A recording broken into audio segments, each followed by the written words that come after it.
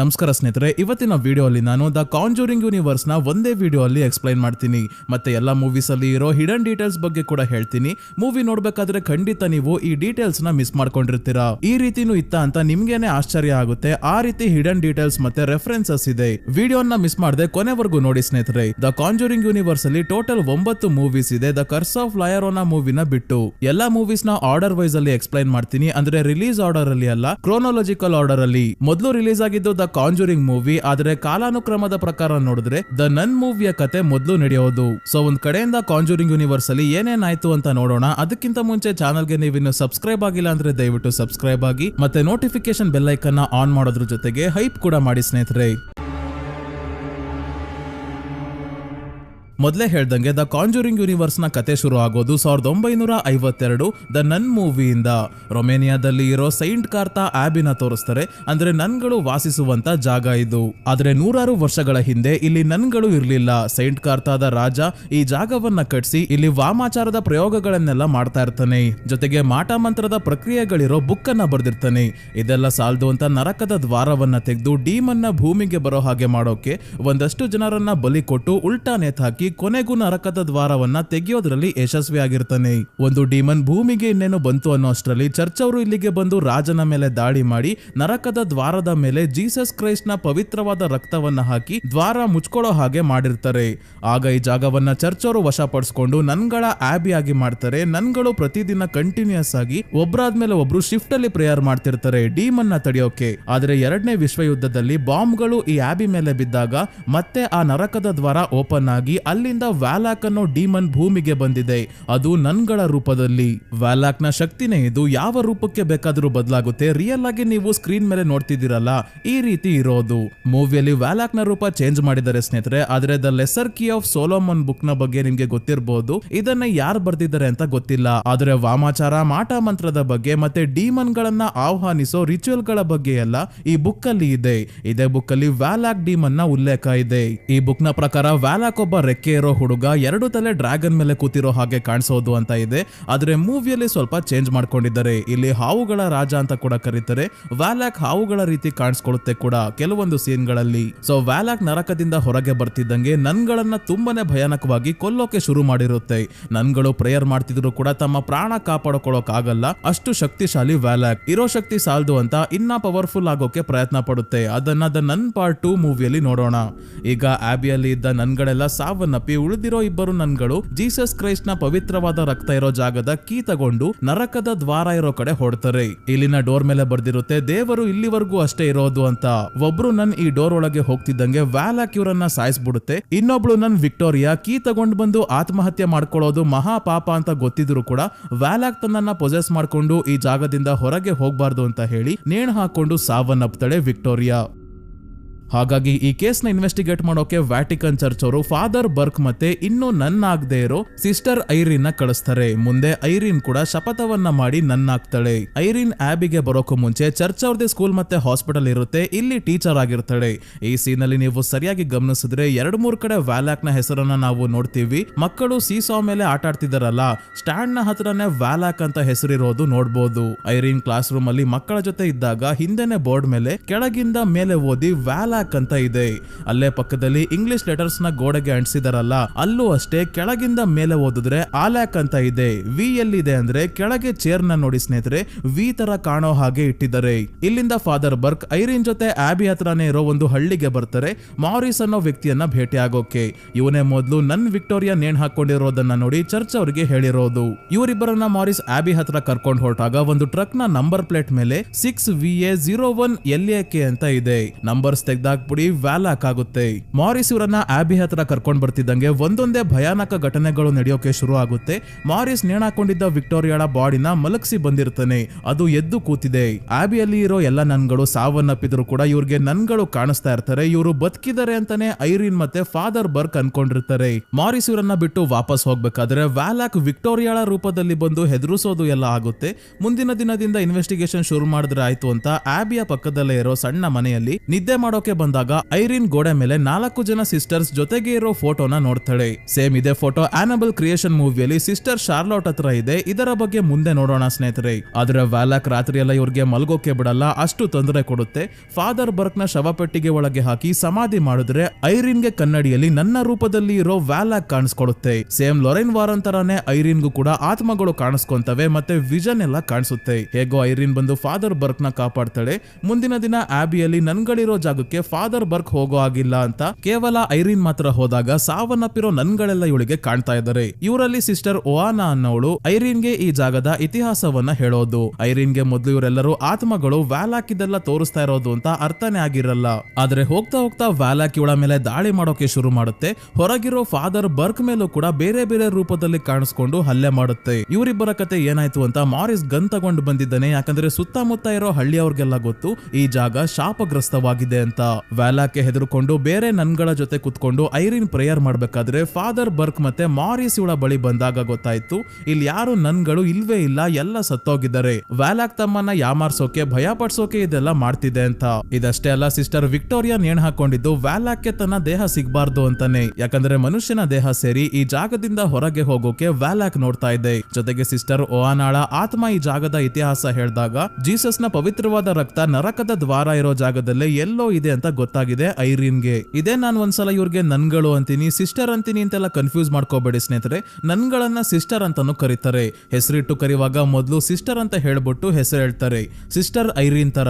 ಇವ್ರು 3 ಜನ ಪ್ಲಾನ್ ಮಾಡ್ಕೊಂಡು ಮೊದಲು ಜೀಸಸ್ ಕ್ರೈಸ್ಟ್ ನ ಪವಿತ್ರವಾದ ರಕ್ತವನ್ನ ಹುಡುಕಿ ಆಮೇಲೆ ನರಕದ ದ್ವಾರವನ್ನ ಹುಡುಕಿ ರಕ್ತ ಹಾಕಿ ಅದನ್ನ ಕ್ಲೋಸ್ ಮಾಡೋಣ ಅಂತ ಹೊರಡ್ತಾರೆ. ಈ ಜಾಗ ಒಳ್ಳೆ ಸುರಂಗದ ರೀತಿ ಇದೆ, ಇಲ್ಲೆಲ್ಲಪ್ಪ ರಕ್ತ ಹುಡ್ಕೋಣ ಅಂತ ತಲೆ ಕೆಡ್ಸ್ಕೊಂಡಿದ್ದಾಗ ಫಾದರ್ ಬರ್ಕ್ ಮದರ್ ಮೇರಿಯ ಸ್ಟ್ಯಾಚುನ ಗಮನಿಸ್ತಾರೆ. ಬೆರಳಿನ ಮುಖಾಂತರ ಸೂರ್ಯನ ಬೆಳಕು ಮುಂದೆ ಕೀ ಹೋಲ್ ನ ಮೇಲೆ ಬೀಳುತ್ತೆ. ಸಾವನ್ನಪ್ಪಿರೋ ಸಿಸ್ಟರ್ ವಿಕ್ಟೋರಿಯಾಳ ಕೈಯಲ್ಲಿ ಇವ್ರಿಗೆ ಕೀ ಸಿಕ್ಕಿತ್ತು. ಅದನ್ನ ತೋರಿಸಿ ಡೋರ್ ಓಪನ್ ಮಾಡಿದಾಗ ಒಳಗೆ ಜೀಸಸ್ ನ ರಕ್ತ ಸಿಗುತ್ತೆ. ಇಲ್ಲಿಂದ ನರಕದ ದ್ವಾರವನ್ನ ಹುಡ್ಕೊಂಡು ಹೊರಟಾಗ ವ್ಯಾಲಾಕ್ ಸುಮ್ನೆ ಇರುತ್ತಾ ಐರಿನ್ ನ ಪೊಸೆಸ್ ಮಾಡ್ಕೊಳ್ಳುತ್ತೆ. ಇವಳ ಕತ್ತಲ್ಲೇ ಪವಿತ್ರವಾದ ರಕ್ತ ಇದೆ. ಇದನ್ನ ಮಾರಿಸ್ ಇವಳ ಮುಖಕ್ಕೆ ಹಚ್ತಿದ್ದಂಗೆ ವ್ಯಾಲಾಕ್ ಇವಳ ದೇಹದಿಂದ ಹೊರಗೆ ಬರುತ್ತೆ. ಇದೇ ಗ್ಯಾಪ್ ಅಲ್ಲಿ ಮಾರಿಸ್ ನ ಹಿಡ್ಕೊಂಡು ತನ್ನ ಬಾಯಿಂದ ಒಂದು ಹಾವು ಇವನ ಬಾಯಿ ಒಳಗೆ ಹೋಗೋ ಹಾಗೆ ಮಾಡುತ್ತೆ. ಅಂದ್ರೆ ಇವನನ್ನ ಪೊಸೆಸ್ ಮಾಡ್ಕೊಳ್ಳುತ್ತೆ. ಇದನ್ನ ಐರಿನ್ ನೋಡಲ್ಲ. ವ್ಯಾಲಾಕ್ ಐರಿನ್ ನ ಎತ್ತಿ ನೀರು ತುಂಬಿರೋ ಜಾಗಕ್ಕೆ ಬಿಸಾಕಿ ಇವಳನ್ನ ನೀರಲ್ಲಿ ಮುಳುಗಿಸಿ ಸಾಯಿಸೋಕೆ ನೋಡಿದಾಗ ಐರಿನ್ ಜೀಸಸ್ ನ ರಕ್ತವನ್ನ ಬಾಯಿಗೆ ತುಂಬಿಕೊಂಡು ವ್ಯಾಲಾಕ್ ನ ಮುಖಕ್ಕೆ ಹೋಗಿತ್ತಾಳೆ. ಇದರಿಂದ ನೀರಿನ ಕೆಳಗೇನೆ ಇದ್ದ ನರಕದ ದ್ವಾರದ ಒಳಗೆ ಹೋಗುತ್ತೆ ವ್ಯಾಲಾಕ್. ಹಾಗಂತ ಐರಿನ್ ಅನ್ಕೊಂತಾಳೆ. ಯಾಕಂದ್ರೆ ಇವಳಿಗೆ ವ್ಯಾಲಾಕ್ ಮಾರಿಸ್ ನ ಪೊಸೆಸ್ ಮಾಡ್ಕೊಂಡಿರೋ ವಿಷಯ ಗೊತ್ತಿಲ್ಲ. ಇಲ್ಲಿನ ಸಮಸ್ಯೆ ಸರಿ ಹೋಯ್ತು ಅಂತ ಎಲ್ಲರೂ ವಾಪಸ್ ಹೊರಟಾಗ ಮಾರಿಸ್ ನ ಕತ್ತಿನ ಹಿಂದೆ ಉಲ್ಟಾ ಕ್ರಾಸ್ ಸೃಷ್ಟಿ ಆಗಿದೆ. ಮಾರಿಸ್ ರೊಮೇನಿಯಾಯಿಂದ ಬೇರೆ ಊರಿಗೆ ಹೋಗಿ ರೈತ ಆಗೋ ಆಸೆಯ ಬಗ್ಗೆ ಹೇಳ್ತಾನೆ. ಇದೇ ಇವನ ದೇಹದಲ್ಲಿ ಇರೋ ವ್ಯಾಲಾಕ್ ಬೇಕಾಗಿರೋದು. 20 ವರ್ಷಗಳ ನಂತರ ಎಡ್ ಮತ್ತೆ ಲೊರೈನ್ ವಾರನ್ ಒಂದು ಸೆಮಿನಾರ್ ಅಲ್ಲಿ ಮಾರಿಸ್ ಮೇಲೆ ಎಕ್ಸಾರ್ಸಿಸಮ್ ಮಾಡ್ತಾ ಇರೋ ವಿಡಿಯೋನ ತೋರಿಸಿ ಪೊಸೆಷನ್ ಅನ್ನೋದು ಹೇಗ್ ವರ್ಕ್ ಆಗುತ್ತೆ ಅಂತ ಹೇಳ್ತಾ ಇದ್ದಾರೆ. ಇದೇ ಸೆಮಿನಾರ್ ಅಲ್ಲಿ ಕ್ಯಾರೋಲಿನ್ ಪೆರಾನ್ ಇದ್ದಾಳೆ. ಮೊದಲ ಕಾಂಜರಿಂಗ್ ಮೂವಿಯಲ್ಲಿ ಇವಳ ಫ್ಯಾಮಿಲಿಗೇನೆ ಬಾಚಬಾಳ ಆತ್ಮ ತಲೆ ತಿಂತಾ ಇದೆ ಅಂತ ಇಲ್ಲಿಗೆ ಬಂದಿದ್ದಾಳೆ. ಅದನ್ನ ಮುಂದೆ ಕಾಂಜರಿಂಗ್ ಮೂವಿ ಬಗ್ಗೆ ಹೇಳ್ತೀನಲ್ಲ ಅವಾಗ ಗೊತ್ತಾಗುತ್ತೆ. ವಿಡಿಯೋ ಅಲ್ಲಿ ಮಾರಿಸ್ ಲೊರೈನ್ ನ ತನ್ನ ಹತ್ರ ಎಳ್ಕೊಂಡಾಗ ಜೋರಾಗಿ ಕಿರ್ಚ್ಕೊಂತಾರೆ. ಯಾಕೆಂದ್ರೆ ತಮ್ಮ ಗಂಡ ಸಾಯೋ ವಿಷನ್ ಲೊರೈನ್ ಗೆ ಕಾಣಿಸುತ್ತೆ. ದ ಕಾಂಜರಿಂಗ್ 2 ಅಲ್ಲಿ ಇದನ್ನ ನೋಡೋಣ. ಸದ್ಯಕ್ಕೆ ನಾವು ಆನಬಲ್ ಕ್ರಿಯೇಷನ್ ಮೂವಿ ಬಗ್ಗೆ ತಿಳ್ಕೊಳ್ಳೋಣ.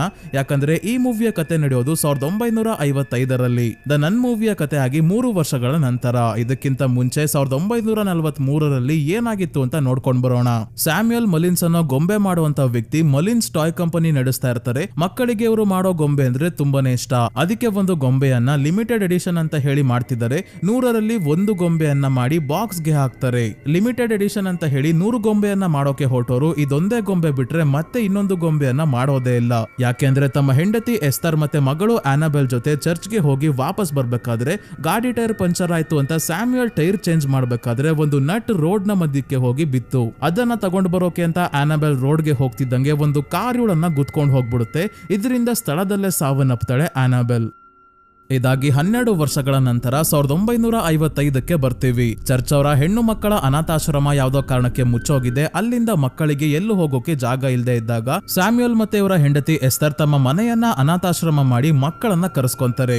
ಈ ಮಕ್ಕಳನ್ನ ಕರ್ಕೊಂಡ್ ಬಂದಿರೋದು ಬೇರೆ ಯಾರು ಅಲ್ಲ, ಸಿಸ್ಟರ್ ಶಾರ್ಲೋಟ್. ಅದೇ ನನ್ ಮೂವಿಯಲ್ಲಿ ಫೋಟೋ ಅಲ್ಲಿ ಇದ್ದ ಸಿಸ್ಟರ್ ಶಾರ್ಲೋಟ್. ಸೈಂಟ್ ಕಾರ್ತಾ ಆಬಿಯಲ್ಲಿ ಮೊದಲು ಇರ್ತಾಳೆ. ಆಮೇಲೆ ಅನಾಥಾಶ್ರಮಕ್ಕೆ ಮಕ್ಕಳನ್ನ ನೋಡ್ಕೊಳ್ಳೋಕೆ ಚರ್ಚ್ ಅವರು ಕಳ್ಸಿರ್ತಾರೆ. ಕಳ್ಸಿರ್ಲಿಲ್ಲ ಅಂದಿದ್ರೆ ವ್ಯಾಲಾಕ್ ಇವಳ ಕತೆನು ಮುಗಿಸಿರೋದು. ಈ ಅನಾಥ ಹೆಣ್ಣು ಮಕ್ಕಳಲ್ಲಿ ಜಾನಿಸ್ ಮತ್ತೆ ಲಿಂಡಾ ಅನ್ನೋ ಕ್ಲೋಸ್ ಫ್ರೆಂಡ್ಸ್ ಇದ್ದಾರೆ. ಇವ್ರಿಗೆ ಅನಾಥಾಶ್ರಮದಲ್ಲಿ ಇರೋಕೆ ಇಷ್ಟ ಇರಲ್ಲ. ಇಬ್ಬರನ್ನ ಕೂಡ ಒಂದೇ ಫ್ಯಾಮಿಲಿ ಅವರು ಅಡಾಪ್ಟ್ ಮಾಡ್ಕೊಳ್ಳಿ ಅಂತ ತುಂಬಾನೇ ಆಸೆ ಇದೆ. ಇಬ್ರು ಒಬ್ರಿಗೊಬ್ರನ್ನ ಬಿಟ್ಟು ಇರಲ್ಲ. ಜೊತೆಗೆ ಜಾನಿಸ್ಗೆ ಸರಿಯಾಗಿ ಓಡಾಡೋಕಾಗಲ್ಲ, ಪೋಲಿಯೋ ಆಗಿತ್ತು. ಹಾಗಾಗಿ ಹೇಗೋ ಸ್ಯಾಮ್ಯುಯಲ್ ಅವರು ತಮ್ಮ ಮನೆಯಲ್ಲಿ ಹೆಂಡತಿಗೆ ಅಂತ ಮೆಟ್ಟಿಲುಗಳ ಮೇಲಿಂದ ಕೆಳಗಿಂದ ಮೇಲೆ ಹೋಗೋಕೆ ಲಿಫ್ಟ್ ತರ ಒಂದು ಚೇರ್ ಮಾಡಿದ್ರು. ಅದರಲ್ಲಿ ಕುತ್ಕೊಂಡು ಜಾನಿಸ್ ಮೇಲೆ ಕೆಳಗೆ ಓಡಾಡಬಹುದು. ಆದ್ರೆ ಸಖತ್ ಸ್ಪೀಡ್ ಆಗಿ ಹೋಗುತ್ತೆ, ಇದು ರಾಕೆಟ್ ತರ.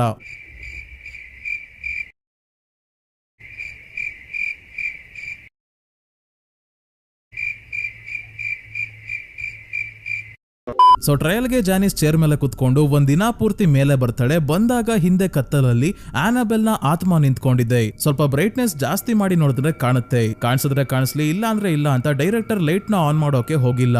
ನಂತರ ಜಾನಿಸ್ ತನ್ನ ಫ್ರೆಂಡ್ಸ್ ಎಲ್ಲ ಹೊರಗೆ ಆಟ ಆಡ್ತಿರೋದನ್ನ ಕಿಟಕಿಯಿಂದ ನೋಡ್ಬೇಕಾದ್ರೆ ಹಿಂದೆಯಿಂದ ಇವಳನ್ನ ಆನಾಬೆಲ್ ನೋಡ್ತಾ ಇದ್ದಾಳೆ. ಜಾನಿಸ್ ಸುಮ್ನೆ ಇಲ್ದಲೆ ಒಂದಿನ ಆನಾಬೆಲ್ ನ ರೂಮ್ ಗೆ ಯಾರು ಹೋಗೋ ಆಗಿಲ್ಲ ಅಂತ ಹೇಳಿದ್ರು ಹೋಗ್ತಾಳೆ. ರೂಮ್ ತುಂಬಾ ಆನಾಬೆಲ್ ನ ಗೊಂಬೆ ಇದೆ. ಎಲ್ಲಾ ಗೊಂಬೆ ನೋಡ್ಕೊಂಡು ವಾಪಸ್ ಬರೋದ್ ಬಿಟ್ಟು ಲಾಕ್ ಆಗಿರೋ ಕಬೋರ್ಡ್ ನ ಓಪನ್ ಮಾಡ್ಬಿಡ್ತಾಳೆ. ಇದರ ಒಳಗೆ ಆ ಲಿಮಿಟೆಡ್ ಎಡಿಷನ್ ಗೊಂಬೆ ಇದೆ, ಅದೇ ಆನಾಬೆಲ್ ಡಾಲ್. ಕಬೋರ್ಡ್ ನ ಪೂರ್ತಿ ಬೈಬಲ್ ನ ಪೇಜಸ್ ಅಂಟಿಸಿದರೆ ಇಲ್ಲಿರೋ ಮ್ಯಾಲ್ತಸ್ ಅನ್ನೋ ಡೀಮನ್ ಹೊರಗೆ ಬರಬಾರ್ದು ಅಂತ.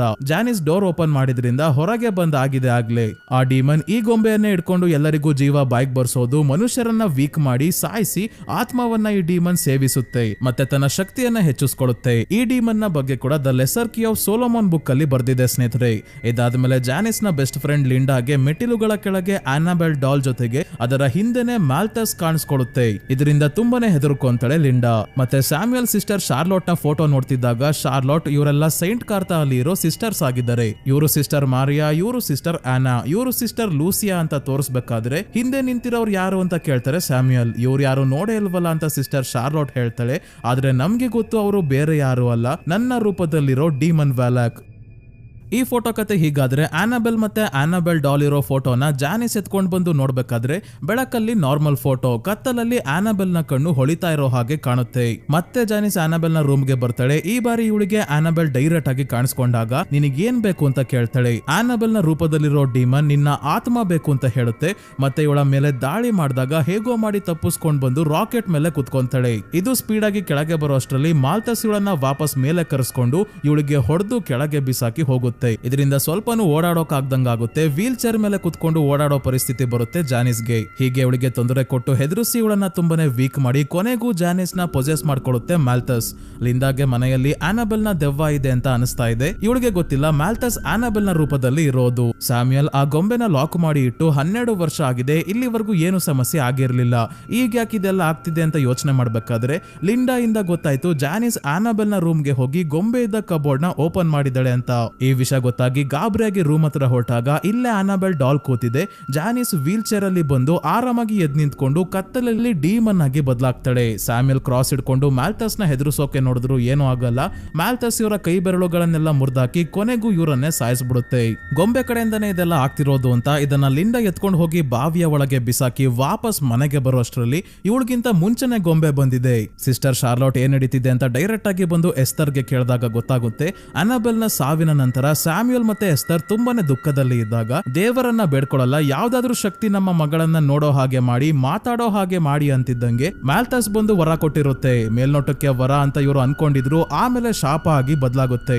ಮ್ಯಾಲ್ತಸ್ ಇವರಿಗೆ ಆನಾಬೆಲ್ ನ ರೂಪದಲ್ಲಿ ಗೊಂಬೆ ಸೇರ್ಕೊಳ್ಳೋಕೆ ಪರ್ಮಿಷನ್ ಕೇಳಿರುತ್ತೆ. ಇವರು ಪರ್ಮಿಷನ್ ಕೊಟ್ಟಾಗ ಮ್ಯಾಲ್ತಸ್ ಆನಾಬೆಲ್ ಗೊಂಬೆ ಜೊತೆ ಒಂದು ರೀತಿ ಅಟ್ಯಾಚ್ ಆಗುತ್ತೆ. ಇದರ ಒಳಗೆ ಸೇರ್ಕೊಳ್ಳಲ್ಲ. ಕಾಂಜುರಿಂಗ್ ಮೂವಿಯಲ್ಲಿ ಲೊರೆನ್ ಹೇಳ್ತಾರಲ್ಲ, ಜೀವ ಇಲ್ದಿರೋ ವಸ್ತುಗಳನ್ನ ಡೀಮನ್ ಗಳು ಪೊಸೆಸ್ ಮಾಡ್ಕೊಳ್ಳಲ್ಲ, ಅವುಗಳನ್ನ ಹಿಡ್ಕೊಂಡು ಹೆದರಿಸ್ತವೆ ಅಷ್ಟೇ. ಮತ್ತೆ ಆ ವಸ್ತುಗಳ ಜೊತೆ ಕನೆಕ್ಟ್ ಆಗಿರ್ತವೆ. ಆ ವಸ್ತು ಡೀಮನ್ ಜೊತೆ ಇತ್ತು ಅಂದಾಗ ಡೀಮನ್ ನ ಶಕ್ತಿ ಜಾಸ್ತಿ ಇರುತ್ತೆ. ಸ್ಯಾಮ್ಯುಯಲ್ ಮತ್ತೆ ಎಸ್ತರ್ ಮನೆಯಲ್ಲಿ ಮಗಳು ಓಡಾಡ್ತಿರೋದನ್ನ ಆಟ ಆಡ್ತಿರೋದನ್ನ ನೋಡಿ ಖುಷಿಯಾಗಿ ಇದ್ದಾಗ್ಲೇ ಒಂದಿನ ಆನಾಬೆಲ್ ನ ಕನ್ನಡಿಯಲ್ಲಿ ನೋಡಿದಾಗ ಮ್ಯಾಲ್ತಸ್ ಕಾಣಿಸ್ಬಿಡುತ್ತೆ. ಇದರಿಂದ ಇದು ಡೀಮನ್ ತಮ್ಮ ಮಗಳಲ್ಲ ಅಂತ ಗೊತ್ತಾಯ್ತಲ್ಲ ಅಂತ ಮಾಲ್ತಸ್ ಎಸ್ತರ್ ಮೇಲೆ ದಾಳಿ ಮಾಡಿ ಇವಳ ಕಣ್ಣನ್ನ ಪರ್ಚಿ ಕಿತ್ತಾಕ್ಬಿಡುತ್ತೆ. ಮತ್ತೆ ಇವಳ ಆತ್ಮವನ್ನ ಸೇವಿಸೋಕೆ ನೋಡಿದಾಗ ಸ್ಯಾಮ್ಯುಯಲ್ ಚರ್ಚರ ಸಹಾಯದಿಂದ ಗೊಂಬೆಯನ್ನ ಕಬೋರ್ಡ್ ಒಳಗೆ ಇಟ್ಟು ಸುತ್ತ ಬೈಬಲ್ ನ ಪೇಜಸ್ ನ ಅಂಟಿಸಿ ಹೋಲಿ ವಾಟರ್ ಹಾಕ್ಸಿ ಪ್ರೇಯರ್ ಎಲ್ಲ ಮಾಡಿಸಿ ಡೋರ್ ಲಾಕ್ ಮಾಡಿರ್ತಾರೆ. ಹಾಗಾಗಿ ಮ್ಯಾಲ್ಥಸ್ ನ ಶಕ್ತಿ ಕಡಿಮೆ ಆಗಿತ್ತು. ಜಾನಿಸ್ ಡೋರ್ ಓಪನ್ ಮಾಡಿ ಹೊರಗೆ ಬರೋ ಹಾಗೆ ಮಾಡಿರೋದ್ರಿಂದ ಇದೆಲ್ಲ ಆಗ್ತಿರೋದು. ಸೊ ಮ್ಯಾಲ್ಥಸ್ ಮತ್ತೆ ಪೊಸೆಸ್ಡ್ ಆಗಿರೋ ಜಾನಿಸ್ ಇಬ್ರು ಎಲ್ಲರ ಮೇಲೂ ಹಲ್ಲೆ ಮಾಡಿ ಕೊಲ್ಲೋಕೆ ನೋಡ್ತಿದ್ದಾರೆ. ಆದ್ರೆ ಹೇಗೋ ಮಾಡಿ ಬೇರೆ ಹೆಣ್ಣು ಮಕ್ಕಳೆಲ್ಲ ತಪ್ಪಿಸ್ಕೊಂಡ್ರೆ ಲಿಂಡಾ ಆನಬೆಲ್ ನ ರೂಮ್ ಅಲ್ಲಿ ಬಚ್ಚಿಡ್ಕೊಂಡಿದ್ದಾಗ ಇಲ್ಲಿಗೇನೆ ಜಾನಿಸ್ ಬಂದು ಲಿಂಡಾಳನ್ನ ಕೊಂದೇ ಬಿಟ್ಲು ಅನ್ನೋ ಅಷ್ಟರಲ್ಲಿ ಸಿಸ್ಟರ್ ಶಾರ್ಲೋಟ್ ಗಳನ್ನ ಕಾಪಾಡ್ತಾರೆ. ಜಾನಿಸ್ ನ ಕತ್ತಿಗೆ ಕ್ರಾಸ್ ನ ಹಾಕಿ ಅದೇ ಕಬೋರ್ಡ್ ನ ಒಳಗೆ ತಳ್ಳಿ ಡೋರ್ ಕ್ಲೋಸ್ ಮಾಡ್ಬಿಡ್ತಾರೆ. ಮತ್ತೆ ಎಲ್ಲರೂ ಸೇಫ್ ಆಗಿ ಇಲ್ಲಿಂದ ಎಸ್ಕೇಪ್ ಆಗಿ ಮುಂದಿನ ದಿನ ಪೊಲೀಸ್ ಅವ್ರನ್ನ ಕರ್ಕೊಂಡ್ ಬರ್ತಾರೆ. ಚರ್ಚ್ ಇಂದ ಫಾದರ್ ಕೂಡ ಬಂದಿದ್ದಾರೆ. ಆದ್ರೆ ಕಬೋರ್ಡ್ ನ ಓಪನ್ ಮಾಡಿ ನೋಡಿದಾಗ ಆನಬೆಲ್ ಇದೆ, ಜಾನಿಸ್ ಇಲ್ಲ. ಅವಳು ಕಬೋರ್ಡ್ ನ ಹಿಂದೆಯಿಂದ ಹೊಡೆದಾಕಿ ಎಸ್ಕೇಪ್ ಆಗಿದ್ದಾಳೆ. ಅವಳು ಪೊಸೆಸ್ಡ್ ಆಗಿದ್ಲು. ಅವಳ ದೇಹದಲ್ಲೇ ಮ್ಯಾಲ್ಥಸ್ ಇರೋದ್ರಿಂದ ಈಗ ಗೊಂಬೆಯನ್ನ ಫಾದರ್ ಪೊಲೀಸ್ ಅವ್ರಿಗೆ ಕೊಟ್ಟು ಕಳಿಸ್ತಾರೆ. ನಂತರ ಜಾನಿಸ್ ಸಿಟಿಯಲ್ಲಿ ಇರೋ ಅನಾಥಾಶ್ರಮಕ್ಕೆ ಬಂದಿದ್ದಾಳೆ. ಅನಾಥೆ ಅಂತ ಈ ಅನಾಥಾಶ್ರಮದವರು ಬ್ಯಾಕ್ ಗ್ರೌಂಡ್ ಚೆಕ್ ಮಾಡ್ದಲೆ ಸೇರಿಸ್ಕೊಂಡಿದ್ದಾರೆ. ಕೆಲವು ದಿನಗಳಾದ್ಮೇಲೆ ಪೀಟ್ ಮತ್ತೆ ಶಾರೋನ್ ಹಿಗ್ಗಿನ್ಸ್ ಅನ್ನೋ ಗಂಡ ಹೆಂಡತಿ ಜಾನಿಸ್ ನ ಅಡಾಪ್ಟ್ ಮಾಡ್ಕೊಳ್ಳೋಕೆ ಬಂದಾಗ ತನ್ನ ಹೆಸರು ಆನಬೆಲ್ ಅಂತ ಹೇಳ್ತಾಳೆ. ಇವರು ಜಾನಿಸ್ ಗೆ ಒಂದು ಗೊಂಬೆಯನ್ನ ಗಿಫ್ಟ್ ಕೊಟ್ಟು ಇಲ್ಲಿಂದ ತಮ್ಮ ಮನೆಗೆ ಕರ್ಕೊಂಡು ಹೋಗ್ತಾರೆ. ಈ ಗೊಂಬೆ ರಿಯಲ್ ಆನಬೆಲ್ ಡಾಲ್ ಇಂದ ಇನ್ಸ್ಪೈರ್ ಆಗಿ ಮಾಡಿರೋದು. ನಿಮಗೆ ಗೊತ್ತಿರಬಹುದು ಸ್ನೇಹಿತರೆ, ಆನಬೆಲ್ ಡಾಲ್ ಮೂವಿಯಲ್ಲಿ ತೋರಿಸಿರೋ ಹಾಗಿಲ್ಲ, ಗಿಫ್ಟ್ ಕೊಟ್ರಲ್ಲ ಆ ಗೊಂಬೆಯ ರೀತಿ ಇರೋದು. 12 ವರ್ಷಗಳ ನಂತರ ಜಾನಿಸ್ ಅಂದ್ರೆ ಈಗ ಆನಬೆಲ್ ತನ್ನ ಬಾಯ್ ಫ್ರೆಂಡ್ ಜೊತೆ ಬಂದು ತನ್ನನ್ನ ಅಡಾಪ್ಟ್ ಮಾಡ್ಕೊಂಡಿದ್ದ ಪೀಟ್ ಮತ್ತೆ ಶಾರೋನ್ ಇಬ್ಬರನ್ನ ಕೊಲೆ ಮಾಡ್ತಾಳೆ. ಯಾಕೆ ಅಂತ ಆನಬೆಲ್ ಪಾರ್ಟ್ 1 ನಲ್ಲಿ ನೋಡೋಣ. ಅದಕ್ಕಿಂತ ಮುಂಚೆ 1956ಕ್ಕೆ ಬರೋಣ. ದ ನನ್ ಪಾರ್ಟ್ 2 ಮೂವಿ ಸ್ಟೋರಿ ಶುರು ಆಗುತ್ತೆ. ಮಾರಿಸ್ ನ ಪೊಸೆಸ್ ಮಾಡ್ಕೊಂಡಿದ್ದ ವ್ಯಾಲಾಕ್ ರೊಮೇನಿಯಾ ಇಂದ ಹೊರಗೆ ಬೇರೆ ಬೇರೆ ಊರಿಗೆಲ್ಲ ಹೋಗಿ ತುಂಬಾನೇ ಜನರನ್ನ ಸಾಯಿಸ್ತಾ ಬರ್ತಿದೆ. ಸಾವನ್ನಪ್ಪಿರೋರೆಲ್ಲ ಸೈಂಟ್ ಲೂಸಿಯಾ ವಂಶದವರು. ಸೈಂಟ್ ಲೂಸಿ ಯಾರು ಅಂದ್ರೆ ರೋಮನ್ ಎಂಪೈರ್ ಅವರು ಕ್ರಿಶ್ಚಿಯನ್ ಧರ್ಮದವರಿಗೆ ತುಂಬಾನೇ ಚಿತ್ರಹಿಂಸೆ ಕೊಟ್ಟು ಸಾಯಿಸ್ತಿದ್ದಂತ ಕಾಲ ಅದು. ಆಗ ಸೈಂಟ್ ಲೂಸಿ ಅನ್ನೋ ಹುಡುಗಿ ಕ್ರಿಶ್ಚಿಯನ್ ಧರ್ಮವನ್ನ ಬಿಡ್ತಿರ್ಲಿಲ್ಲ ಅಂತ ಅವಳನ್ನ ಸುಟ್ಟು ಹಾಕಿರ್ತಾರೆ. ಆದ್ರೆ ದೇಹ ಸುಡೋದೇ ಇಲ್ಲ.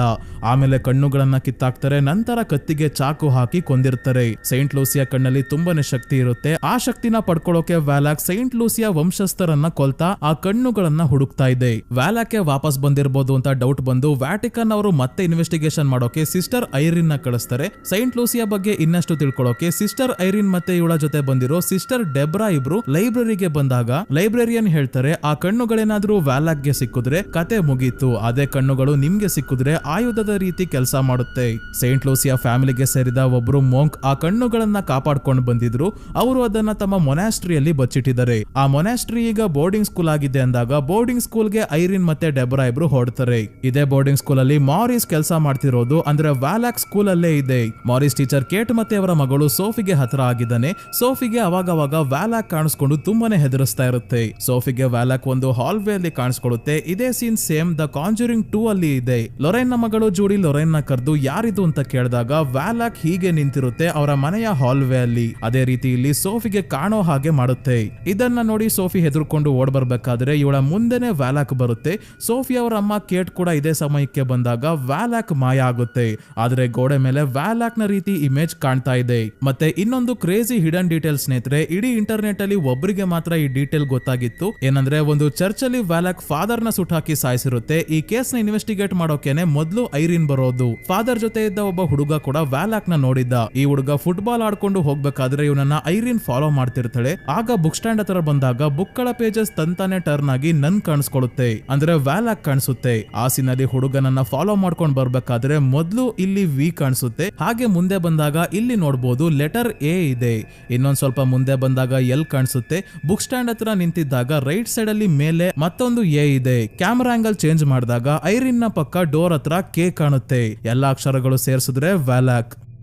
ಸೊ ಹೀಗೆ ಒಂದಿನ ಸ್ಕೂಲಲ್ಲಿ ಕೇಟ್ ಮತ್ತೆ ಸೋಫಿ ಜೊತೆ ಹಾಡಾಕೊಂಡು ಮಾರಿಸ್ ಡ್ಯಾನ್ಸ್ ಮಾಡ್ಬೇಕಾದ್ರೆ ಇದ್ದಕ್ಕಿದ್ದಂಗೆ ವಿಚಿತ್ರವಾಗಿ ಆಡೋಕೆ ಶುರು ಮಾಡ್ತಾನೆ. ಸೋಫಿ ಹೆದರ್ಕೊಂಡು ಏನಾಗ್ತಿದೆ ಅಂತ ನೋಡ್ತಿದ್ದಾಗ ಇವಳ ಹಿಂದೆ ಇದ್ದ ಫೋಟೋ ಚೇಂಜ್ ಆಗಿ ವ್ಯಾಲಾಕ್ ನ ಪೇಂಟಿಂಗ್ ಬರುತ್ತೆ. ಕಾಂಜರಿಂಗ್ 2 ಅಲ್ಲಿ ಎಡ್ವರ್ನ್ ಬಿಡಿಸ್ತಾರಲ್ಲ ಅದೇ ರೀತಿ ಪೇಂಟಿಂಗ್. ಈ ಪೇಂಟಿಂಗ್ ಒಳಗಿಂದಾನೆ ವ್ಯಾಲಾಕ್ ಹೊರಗೆ ಬಂದು ಇವರಿಗೆ ಹೆದರಿಸಿದಾಗ ಎಲ್ಲರೂ ಕಿರ್ಚಾಡ್ಕೊಂಡು ಓಡೋಕೆ ಶುರು ಮಾಡ್ತಾರೆ. ಇದೇ ಸಮಯಕ್ಕೆ ಐರಿನ್ ಮತ್ತೆ ಡೆಬ್ರಾ ಇಲ್ಲಿಗೆ ಬರ್ತಿದ್ದಂಗೆ ವ್ಯಾಲಾಕ್ ಗೆ ಸಂಪೂರ್ಣವಾಗಿ ಪೊಸೆಸ್ಡ್ ಆಗಿ ಚಾಪೆಲ್ ಕಡೆ ಹೋಗೋಕೆ ಶುರು ಮಾಡ್ತಾನೆ ಮಾರಿಸ್. ಚಾಪೆಲ್ ಅಂದ್ರೆ ಸ್ನೇಹಿತರೆ ಹಳೆ ಪ್ರಾರ್ಥನಾ ಮಂದಿರ.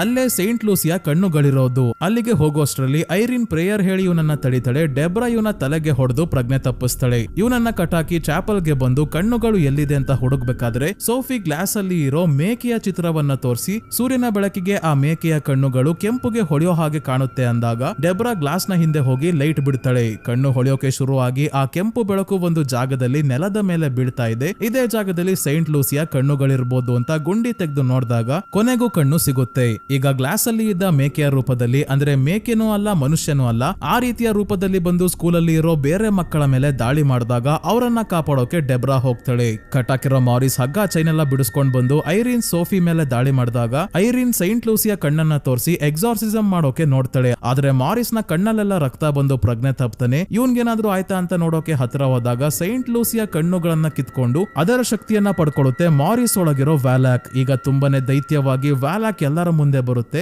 ಐರಿನ್ ನ ಮೇಲೆ ಎತ್ಕೊಂಡು ಇವಳ ದೇಹಕ್ಕೆ ಬೆಂಕಿ ಹಚ್ಚಿದ್ರು ಕೂಡ ಸೈಂಟ್ ಲೂಸಿ ತರ ಇವಳ ದೇಹ ಕೂಡ ಸುಡೋದೇ ಇಲ್ಲ. ಜೊತೆಗೆ ಇವಳಿಗೆ ವಿಷನ್ ಕಾಣಿಸುತ್ತೆ. ವಿಷನ್ ಅಲ್ಲಿ ತನ್ನ ತಾಯಿ ಸೈಂಟ್ ಲೂಸಿ, ವ್ಯಾಲಾಕ್ ಮತ್ತೆ ಲೊರೈನ್ ವಾರನ್ನ ಕೂಡ ನೋಡ್ತಾಳೆ. ಅಂದ್ರೆ ಇವಳು ಕೂಡ ಸೈಂಟ್ ಲೂಸಿಯ ವಂಶಕ್ಕೆ ಸೇರಿದವಳಾಗಿದ್ದಾಳೆ. ಇವಳ ಅಮ್ಮ ಕೂಡ ನನ್ ಜೊತೆ ದೇವರು ಮಾತಾಡ್ತಾರೆ, ವಿಷನ್ ತೋರಿಸ್ತಾರೆ ಅಂತ ಹೇಳ್ತಿದ್ರು. ಲೊರೈನ್ ವಾರನ್ಗೂ ಕೂಡ ಇದೇ ರೀತಿ ವಿಷನ್ಸ್ ಎಲ್ಲ ಕಾಣಿಸೋದು ನೋಡಿದ್ರೆ ಇವರಿಬ್ರು ಅಕ್ಕ ತಂಗಿ ಇರ್ಬೋದಾ ಅಂತ ಅನ್ಸಿತ್ತು ಸ್ನೇಹಿತರೆ. ಆದ್ರೆ ಇದು ಕನ್ಫರ್ಮ್ ಆಗ್ಲೇ ಇಲ್ಲ. ರಿಯಲ್ ಲೈಫ್ ಅಲ್ಲಿ ಐರಿನ್ ಕ್ಯಾರೆಕ್ಟರ್ ಮಾಡಿರೋ ತೈಸಾ ಫರ್ಮಿಗಾ ಅವರು ಮತ್ತೆ ಲೊರೈನ್ ನ ಕ್ಯಾರೆಕ್ಟರ್ ಮಾಡಿರೋ ವೆರಾ ಫರ್ಮಿಗಾ ಅವರು ಅಕ್ಕ ತಂಗಿ. ಹಾಗಾಗಿ ಮೂವಿಯಲ್ಲೂ ಯಾವ ರೀತಿ ಆದ್ರೂ ಸಂಬಂಧ ಇರ್ಬೋದಾ ಅಂತ ಗೊತ್ತಿಲ್ಲ. ಆದ್ರೆ ಲೊರೈನ್ ಕೂಡ ಸೈಂಟ್ ಲೂಸಿಯ ವಂಶದವಳೆ ಆಗಿರ್ಬೋದು. ಅದಕ್ಕೆ ಭವಿಷ್ಯದಲ್ಲಿ ಕಾಂಜುರಿಂಗ್ 2 ಮೂವಿಯ ಸಮಯದಲ್ಲಿ ಇರೋ ಲೊರೈನ್ ಈಗ್ಲೇ ಐರಿನ್ ಗೆ ವಿಷನ್ ಅಲ್ಲಿ ಕಾಣಿಸ್ಕೊಂತಾಳೆ. ಐರಿನ್ ಗೆ ವ್ಯಾಲಾಕ್ ಏನು ಮಾಡೋಕ್ಕಾಗಲ್ಲ. ಇದೇ ಜಾಗದಲ್ಲಿ ವೈನ್ ಬ್ಯಾರಲ್ ಗಳಿರೋದು ನೋಡಿ ಇದನ್ನೇ ಜೀಸಸ್ ನ ರಕ್ತದ ರೀತಿ ಬಳಸೋಕೆ ಐರಿನ್ ಮತ್ತೆ ಡೆಬ್ರಾ ಇಬ್ರು ಒಂದೇ ಸಮ ಪ್ರೇಯರ್ ಮಾಡಿದಾಗ ವೈನ್ ಬ್ಯಾರಲ್ ಗಳು ಹೊಡೆದೋಗಿ ವೈನ್ ಎಲ್ಲ ವ್ಯಾಲಾಕ್ ಮೇಲೆ ಬೀಳುತ್ತೆ. ಇದು ಜೀಸಸ್ ನ ಪವಿತ್ರವಾದ ರಕ್ತದ ರೀತಿನೇ ಕೆಲಸ ಮಾಡಿದ್ರಿಂದ ವ್ಯಾಲಾಕ್ ಇಲ್ಲಿಂದ ಹೋಗುತ್ತೆ. ಎಲ್ಲ ಇಲ್ಲಿಗೆ ಸರಿ ಹೋಯ್ತು ಅನ್ಕೊಂತಾರೆ. ಆದ್ರೆ ಇಲ್ಲ, ಮಾರಿಸ್ ಒಳಗೆ ಇನ್ನೂ ವ್ಯಾಲಾಕ್ ಇರುತ್ತೆ ಸೈಲೆಂಟ್ ಆಗಿ, ಯಾರಿಗೂ ಗೊತ್ತಾಗಲ್ಲ. ಇವನ ಕತೆ ಏನಾಯ್ತು ಅಂತ ದ ಕಾಂಜೂರಿಂಗ್ ಅಲ್ಲಿ ನೋಡೋಣ. ಈಗ 1967ಕ್ಕೆ ಬರ್ತೀವಿ. ಆನಬೆಲ್ ಮೂವಿಯ ಸ್ಟೋರಿ ಶುರು ಆಗುತ್ತೆ. ಈ ಮೂವಿಯಲ್ಲಿ ಜಾನ್ ಮತ್ತೆ ಮಿಯಾ ಅನ್ನ ತೋರಿಸ್ತಾರೆ. ಜಾನ್ ಡಾಕ್ಟರ್ ಆಗಿದ್ದಾನೆ, ಮಿಯಾ ಪ್ರೆಗ್ನೆಂಟ್ ಆಗಿದ್ದಾಳೆ. ಇವರ ಮನೆಯ ಪಕ್ಕದಲ್ಲೇ ಪೀಟ್ ಮತ್ತೆ ಶಾರನ್ ಹಿಗ್ಗಿನ್ಸ್ ವಾಸವಾಗಿರೋದು. 1955ರಲ್ಲಿ ಆನಬೆಲ್ ಕ್ರಿಯೇಷನ್ ಚಿತ್ರದ ಕೊನೆಯಲ್ಲಿ ಡೀಮನ್ ಮ್ಯಾಲ್ತಸ್ ಗೆ ಪೊಸೆಸ್ಡ್ ಆಗಿರೋ ಜಾನಿಸ್ ನ ಇವರೇ ಅಡಾಪ್ಟ್ ಮಾಡ್ಕೊಳ್ಳೋದು. ಆಗ ತನ್ನ ಹೆಸರು ಆನಬೆಲ್ ಅಂತ ಹೇಳಿರ್ತಾಳೆ ಜಾನಿಸ್. ಆಯ್ತು ಬಾರಮ್ಮ ಅಂತ ಮನೆಗೆ ಕರ್ಕೊಂಡು ಬಂದು ಸ್ವಂತ ಮಗಳ ರೀತಿ ನೋಡ್ಕೊಂಡ್ರು ಕೂಡ ಕೆಲವು ವರ್ಷಗಳ ನಂತರ ಮನೆ ಬಿಟ್ಟು ಓಡ್ ಹೋಗಿದ್ದಾಳೆ. ಡಿಸೈಪಲ್ಸ್ ಆಫ್ ರಾಮ್ ಅನ್ನೋ ಕಲ್ಟ್ ಗೆ ಸೇರ್ಕೊಂಡಿರ್ತಾಳೆ. ಡೆವಿಲ್ ನ ಪೂಜೆ ಮಾಡೋ ಕಲ್ಟ್ ಇದು. ಕೆಲವರು ಡಿಸೈಪಲ್ಸ್ ಆಫ್ ರಾಮ್ ಅಂತ ಅನ್ಕೊಂಡಿದ್ದಾರೆ. ರಾಮಂಗೂ ಈ ಡೆವಿಲ್ ಪೂಜೆ ಮಾಡೋರ್ಗೂ ಸಂಬಂಧ ಇಲ್ಲ. ಟಗರು ಇರುತ್ತಲ್ಲ ಅದನ್ನ ರಾಮ್ ಅಂತ ಕರೀತಾರೆ. ಅದರ ಸಿಂಬಲ್ ನೇ ಈ ಕಲ್ಟ್ ಅವರು ಬಳಸೋದು. ಒಂದಿನ ಏನಾಗುತ್ತೆ ಅಂದ್ರೆ ಜಾನ್ ಮಿಯಾಗೆ ಒಂದು ಗೊಂಬೆ ಗಿಫ್ಟ್ ಕೊಡ್ತಾನೆ. ಯಾವ್ದನ್ನ ಮನೆಗೆ ತರಬಾರ್ದೋ ಅದನ್ನೇ ತಂದಿದ್ದಾನೆ. ಮಿಯಾ ಈ ಗೊಂಬೆನ ತುಂಬಾನೇ ದಿನಗಳಿಂದ ಹುಡುಕ್ತಾ ಇದ್ಲು. ಆದ್ರೆ ಜಾನ್ ತನಿಗೆ ಈ ಗೊಂಬೆ ಎಲ್ಲಿಂದ ಸಿಕ್ತು ಅಂತ ಹೇಳಲ್ಲ. ನನಗನ್ಸೋ ಪ್ರಕಾರ ಆನಬೆಲ್ ಕ್ರಿಯೇಷನ್ ನ ಕೊನೆಯಲ್ಲಿ ಪೊಲೀಸ್ ಅವರು ಈ ಗೊಂಬೆನ ತಗೊಂಡು ಹೋಗಿದ್ರು. ಮೋಸ್ಟ್ಲಿ ಯಾವ್ದಾದ್ರು ಗೊಂಬೆ ಅಂಗಡಿಗೆ ಕೊಟ್ಟಿದ್ರು ಅನ್ಸುತ್ತೆ. ಅದು ಒಂದಾದ್ಮೇಲೆ ಒಂದು ಗೊಂಬೆ ಅಂಗಡಿಗೆ ಸುತ್ತಾಡ್ಕೊಂಡು ಕೊನೆಗೆ ಯಾವ ಅಂಗಡಿಯಲ್ಲಿ ಇತ್ತೋ ಅಲ್ಲಿಂದ ಜಾನ್ ತಗೊಂಡ್ ಬಂದಿರೋ ಹಾಗಿದೆ. ಜಾನ್ ತಗೊಂಡ್ ಬಂದಿರೋದಕ್ಕಿಂತ ಮಾಲ್ತಸ್ ಡೀಮನ್ನೇ ಇದು ಇಲ್ಲಿಗೆ ಬರೋ ಹಾಗೆ ಮಾಡಿದೆ ಅಂತಾನೆ ಹೇಳ್ಬಹುದು. ಯಾಕಂದ್ರೆ ಯಾವ ಫ್ಯಾಮಿಲಿನ ಬೇಗ ಕುಗ್ಗೋ ಹಾಗೆ ಮಾಡಿ ಅವರ ಆತ್ಮವನ್ನ ಸೇವಿಸೋಕೆ ಈಸಿ ಆಗುತ್ತೋ ಅಂತ ಫ್ಯಾಮಿಲಿನ ಡೀಮನ್ ಹುಡ್ಕೊಳ್ಳುತ್ತೆ. ಸದ್ಯಕ್ಕೆ ಮಿಯಾ ಪ್ರೆಗ್ನೆಂಟ್ ಇದ್ದಾಳೆ. ಆಟ ಆಡ್ಸೋಕೆ ಸರಿಯಾಗಿದೆ ಅವಳ ಫ್ಯಾಮಿಲಿ.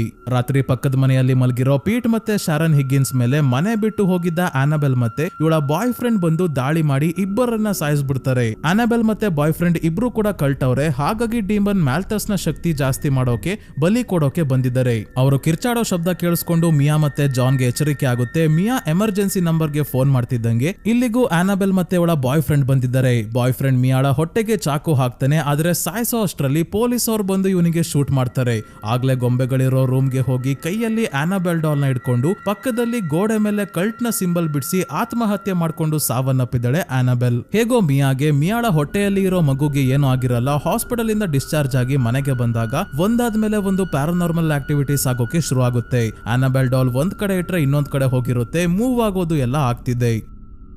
ಬೇರೆ ಊರಲ್ಲಿ ಕಾನ್ಫರೆನ್ಸ್ ಇದೆ ಅಂತ ಜಾನ್ ಒಂದೆರಡು ದಿನ ಹೊರಗೆ ಹೋಗುವಂತ ಸಂದರ್ಭ ಬಂದಾಗ ಮಿಯಾ ಆನಬೆಲ್ ಡಾಲ್ ನ ಬಿಸಾಕೋಕೆ ಜಾನ್ ಗೆ ಹೇಳ್ತಾಳೆ. ಅದನ್ನ ನೋಡಿದ್ರೆ ಆ ಘಟನೆ ನೆನಪಾಗುತ್ತೆ ಅಂತ. ಹಾಗಾಗಿ ಜಾನ್ ಗೊಂಬೆನ ಡಸ್ಟ್ ಬಿನ್ ಗೆ ಹಾಕಿ ಕಾನ್ಫರೆನ್ಸ್ ಗೆ ಅಂತ ಹೊರಡ್ತಾನೆ. ಮಿಯಾ ಮನೆಯಲ್ಲಿ ಒಬ್ಳೆ ಇದ್ದಾಗ ಸ್ಟವ್ ತಂತಾನೆ ಆನ್ ಆಗಿ ಮೇಲಿಟ್ಟಿದ್ದ ಪಾಪ್ಕಾರ್ನ್ ಕವರ್ ಗೆ ಬೆಂಕಿ ಹತ್ಕೊಳ್ಳೋವರೆಗೂ ಮಿಯಾಗೆ ಗೊತ್ತಾಗಲ್ಲ. ಮಿಯಾ ಬೆಂಕಿನ ನೋಡಿ ಹಿಂದಕ್ಕೆ ಹೋಗಿ ಕಾಲಿಡುವಿ ಕೆಳಗೆ ಬಿದ್ದಾಗ ಇವಳನ್ನ ಅದೃಶ್ಯವಾಗಿರೋ ಮ್ಯಾಲ್ತಸ್ ಬೆಂಕಿ ಕಡೆ ಎಳ್ಕೊಳ್ಳೋ ಹಾಗೆ ಅನುಭವ ಆಗುತ್ತೆ. ಸರಿಯಾದ ಸಮಯಕ್ಕೆ ಅಕ್ಕಪಕ್ಕದ ಮನೆಯವರು ಬಂದು ಮಿಯಾನ ಕಾಪಾಡಿ ಹಾಸ್ಪಿಟಲ್ಗೆ ಸೇರಿಸಿದಾಗ ಇವಳಿಗೆ ಹೆಣ್ಣು ಮಗು ಆಯ್ತು. ಹಾಸ್ಪಿಟಲ್ಗೆ ಜಾನ್ ಕೂಡ ಬರ್ತಾನೆ. ನಂತರ ಇವರು ಬೇರೆ ಅಪಾರ್ಟ್ಮೆಂಟ್ ಗೆ ಶಿಫ್ಟ್ ಆಗ್ತಾರೆ. ಇವರ ಜೊತೆ ಡಸ್ಟ್ ಬಿನ್ ಅಲ್ಲಿ ಇದ್ದ ಆನಬೆಲ್ ಡಾಲ್ ಕೂಡ ಇಲ್ಲಿಗೆ ಬಂದಿದೆ. ಇದು ಹೇಗೆ ಇಲ್ಲಿಗೆ ಬಂತು ಅಂತ ಗೊತ್ತಾಗದೆ ಇದ್ರು ಮಿಯಾ ಇದನ್ನ ಮನೆಯಲ್ಲೇ ಇಟ್ಕೊಂತಾಳೆ. ಜಾನ್ ಗಿಫ್ಟ್ ಕೊಟ್ಟಿದ್ದು ಅಲ್ವಾ ಅದಕ್ಕೆ. ನಂತರ ಮಿಯಾ ಅಪಾರ್ಟ್ಮೆಂಟ್ ನ ಹತ್ರನೇ ಇರೋ ಬುಕ್ ಸ್ಟೋರ್ ನ ಓನರ್ ಎವ್ಲಿನ್ ನ ಪರಿಚಯ ಮಾಡ್ಕೊಂತಾಳೆ. ಜಾನ್ ಕೆಲ್ಸಕ್ಕೆ ಹೋದಾಗ ಮಿಯಾ ಮನೆಯಲ್ಲಿ ಒಬ್ಳೆ ಇರ್ತಾಳೆ. ಒಂದಿನ ಆಫ್ ಆಗಿರೋ ರೆಕಾರ್ಡ್ ಪ್ಲೇಯರ್ ತಂತಾನೆ ಆನ್ ಆಗುತ್ತೆ. ಇಲ್ಲಿ ಒಂದು ಹಿಡನ್ ಡೀಟೇಲ್ ಇದೆ ಸ್ನೇಹಿತರೆ. ಮ್ಯಾಲ್ತಸ್ ರೆಕಾರ್ಡ್ ಪ್ಲೇಯರ್ ನ ಆನ್ ಮಾಡೋ ನೆರಳು ಮುಂದೆ ಕಾಣುತ್ತೆ, ನೀವು ನೋಡ್ಬೋದು. ಮಿಯಾ ಇದೇನ್ ರೆಕಾರ್ಡ್ ಪ್ಲೇಯರ್ ಆನ್ ಆಯ್ತಲ್ಲ ಅಂತ ಬಂದು ಆಫ್ ಮಾಡಿದ್ರೆ ಹಾಡ್ ಕೇಳ್ತಿರೋ ಮಾಲ್ತಸ್ಗೆ ಬೇಜಾರಾಗಲ್ವಾ? ಅದಕ್ಕೆ ಕೋಪ ಮಾಡ್ಕೊಂಡು ವಿಂಡೋ ಕರ್ಟೈನ್ ನ ಹಿಂದೆ ನಿಂತಿದೆ. ಕೋಪದಲ್ಲಿ ರೆಕಾರ್ಡ್ ಪ್ಲೇಯರ್ ಆಫ್ ಮಾಡ್ತೀಯಾ ಅಂತ ಆನಾಬೆಲ್ ಕ್ರಿಯೇಷನ್ ಅಲ್ಲಿ ಇದ್ದ ಚಿಕ್ಕ ಹುಡುಗಿ ಆನಾಬೆಲ್ ಮತ್ತೆ ದೊಡ್ಡ ಹುಡುಗಿ ಆನಾಬೆಲ್ ತರ ಮಿಯಾ ಮುಂದೆ ಬಂದು ಹೆದರಿಸೋಕೆ ಶುರು ಮಾಡಿದ್ರಿಂದ ಗಂಡ ಹೆಂಡತಿ ಇಬ್ರು ಫಾದರ್ ಪೆರೆಸ್ ಹತ್ರ ಬರ್ತಾರೆ. ಇವರು ದೇವ್ರಿದ್ದಾರೆ ಅಂತ ಹೇಳಿ ಕಳಿಸ್ತಾರೆ. ದೇವ್ರು ಆಗ್ಲೇ ಇವರಿಗೆ ಸಹಾಯ ಮಾಡೋಕೆ ಒಬ್ರನ್ನ ಕಳಿಸಿದ್ದಾರೆ. ಅವರೇ ಬುಕ್ ಸ್ಟೋರ್ ಓನರ್ ಎವ್ಲಿನ್. ಒಂದಿನ ಮಿಯಾ ಅಪಾರ್ಟ್ಮೆಂಟ್ ನ ಕೆಳಗೆ ಸ್ಟೋರ್ ರೂಮ್ ಹತ್ರ ಬಂದಿದ್ದಾಗ ಇವಳಿಗೆ ಮಾಲ್ತಸ್ ಡೈರೆಕ್ಟ್ ಆಗಿ ಮೊದಲನೇ ಬಾರಿ ಕಾಣಿಸ್ಕೊಳ್ಳುತ್ತೆ. ಇದರಿಂದ ಹೆದರ್ಕೊಂಡು ಲಿಫ್ಟ್ ಒಳಗೆ ಬಂದು ಡೆವಿಲ್ ನ ನಂಬರ್ 6 ನ ಪದೇ ಪದೇ ಒತ್ತುತ್ತಾ ಇದ್ದಾಳೆ. ಇವಳು ಇರೋದು 6ನೇ ಫ್ಲೋರ್. 6ನೇ ನಂಬರ್ ನ 3-4 ಸಲ ಒತ್ತೋದು ಆ ಡೆವಿಲ್ ಗೆ ಆನಂದ. ಎಷ್ಟೇ ಸಲ 6 ನಂಬರ್ ನ ಒತ್ತಿದ್ರು ಲಿಫ್ಟ್ ಪದೇ ಪದೇ ಸ್ಟೋರ್ ರೂಮ್ ಇರೋ ಫ್ಲೋರ್ ಗೆನೆ ಬರ್ತಿದೆ. ಅದಕ್ಕೆ ಲಿಫ್ಟ್ ಬಿಟ್ಟು ಮೆಟ್ಟಿಲುಗಳನ್ನ ಹಿಡ್ಕೊಂಡು ಓಡೋಕೆ ಶುರು ಮಾಡಿದಾಗ ಇಲ್ಲೂ ಮಾಲ್ತಸ್ ನ ನೋಡ್ತಾಳೆ. ಹೇಗೋ ಮನೆಗೆ ಓಡ್ ಬಂದು ಡೋರ್ ಕ್ಲೋಸ್ ಮಾಡ್ಕೊಂತಾಳೆ ಮಿಯಾ. ನಂತರ ಎವ್ಲಿನ್ ನ ಭೇಟಿಯಾಗಿ ಇವರ ಹತ್ರ ಪ್ರಾಬ್ಲಮ್ ಹೇಳ್ಕೊಂಡಾಗ ಇವರು ಕೆಲವೊಂದು ಬುಕ್ಸ್ ನ ಕೊಡ್ತಾರೆ. ಇದರಲ್ಲಿ ಏನಾದ್ರೂ ಇರ್ಬೋದು ನೋಡು ಅಂತ ಹೇಳಿ. ಮತ್ತೆ ಇವರು ತಮ್ಮ ಮಗಳ ಬಗ್ಗೆ ಕೂಡ ಹೇಳ್ತಾರೆ. ಇವರ ಮಗಳು ಆಕ್ಸಿಡೆಂಟ್ ಅಲ್ಲಿ ಸಾವನ್ನಪ್ಪಿದ್ದಾಳೆ. ಆ ದುಃಖದಲ್ಲಿ ಇವರು ಕೂಡ ಆತ್ಮಹತ್ಯೆ ಮಾಡ್ಕೊಳ್ಳೋಕೆ ನೋಡಿದಾಗ ಮಗಳ ವಾಯ್ಸ್ ಕೇಳಿಸಿರುತ್ತೆ, ನಿನ್ನ ಸಮಯ ಇನ್ನು ಬಂದಿಲ್ಲ, ಇನ್ನು ಭೂಮಿ ಮೇಲೆ ಇದ್ದು ನೀವು ಮಾಡ್ಬೇಕಾಗಿರೋ ಕೆಲಸ ಇದೆ ಅಂತ. ಮಿಯಾ ಮನೆಗೆ ಬಂದು ದ ಡೆವಿಲ್ಸ್ ವೆಲ್ಕಮ್ ಬುಕ್ ನ ನೋಡಿದಾಗ ಇದರಲ್ಲಿ the disciples of Ram cult ನ ಬಗ್ಗೆ ಇದೆ. ಮಾಲ್ತಸ್ ಮಗುವನ್ನ ಕೊಲ್ಲೋಕೆ ನೋಡ್ತಿರೋ ಫೋಟೋ ಕೂಡ ಇದೆ. ಇದನ್ನ ಓದಿದಾಗ ಗೊತ್ತಾಯ್ತು ಮಾಲ್ತಸ್ ವೀಕ್ ಆಗಿರೋರ್ನ ಟಾರ್ಗೆಟ್ ಮಾಡುತ್ತೆ. ಅವರ ಆತ್ಮವನ್ನ ಪಡ್ಕೊಳ್ಳೋವರೆಗೂ ವಾಪಸ್ ಹೋಗಲ್ಲ. ಮಾಲ್ತಸ್ ಸುಮ್ನೆ ಯಾರನ್ನಾದ್ರೂ ಸಾಯಿಸಿದ್ರೆ ಅವರ ಆತ್ಮ ಸಿಗಲ್ಲ. ಮಾಲ್ತಸ್ಗೆ ಮನುಷ್ಯರು ತಮ್ಮ ಆತ್ಮವನ್ನ ಮನಸ್ಸಿಂದ ಒಪ್ಪಿಸ್ಬೇಕು. ಆದ್ರೆ ಚಿಕ್ಕ ಮಕ್ಕಳು ಮಾತಾಡೋಕಾಗಲ್ಲ, ಆತ್ಮ ಎಲ್ಲಿಂದ ಒಪ್ಪಿಸ್ತವೆ? ಅದಕ್ಕೆ ಮಿಯಾಳ ಮಗುವನ್ನ ಟಾರ್ಗೆಟ್ ಮಾಡಿದೆ ಮಾಲ್ತಸ್. ಈ ಬುಕ್ ಅಲ್ಲಿ ಬಿಲಾಯಲ್, ಬೆಲೆತ್ನ ರೀತಿ ಬೇರೆ ಬೇರೆ ಶಕ್ತಿಶಾಲಿ ಡೀಮನ್ ಗಳ ಹೆಸರು, ಫೋಟೋಸ್ ಕೂಡ ಇದೆ.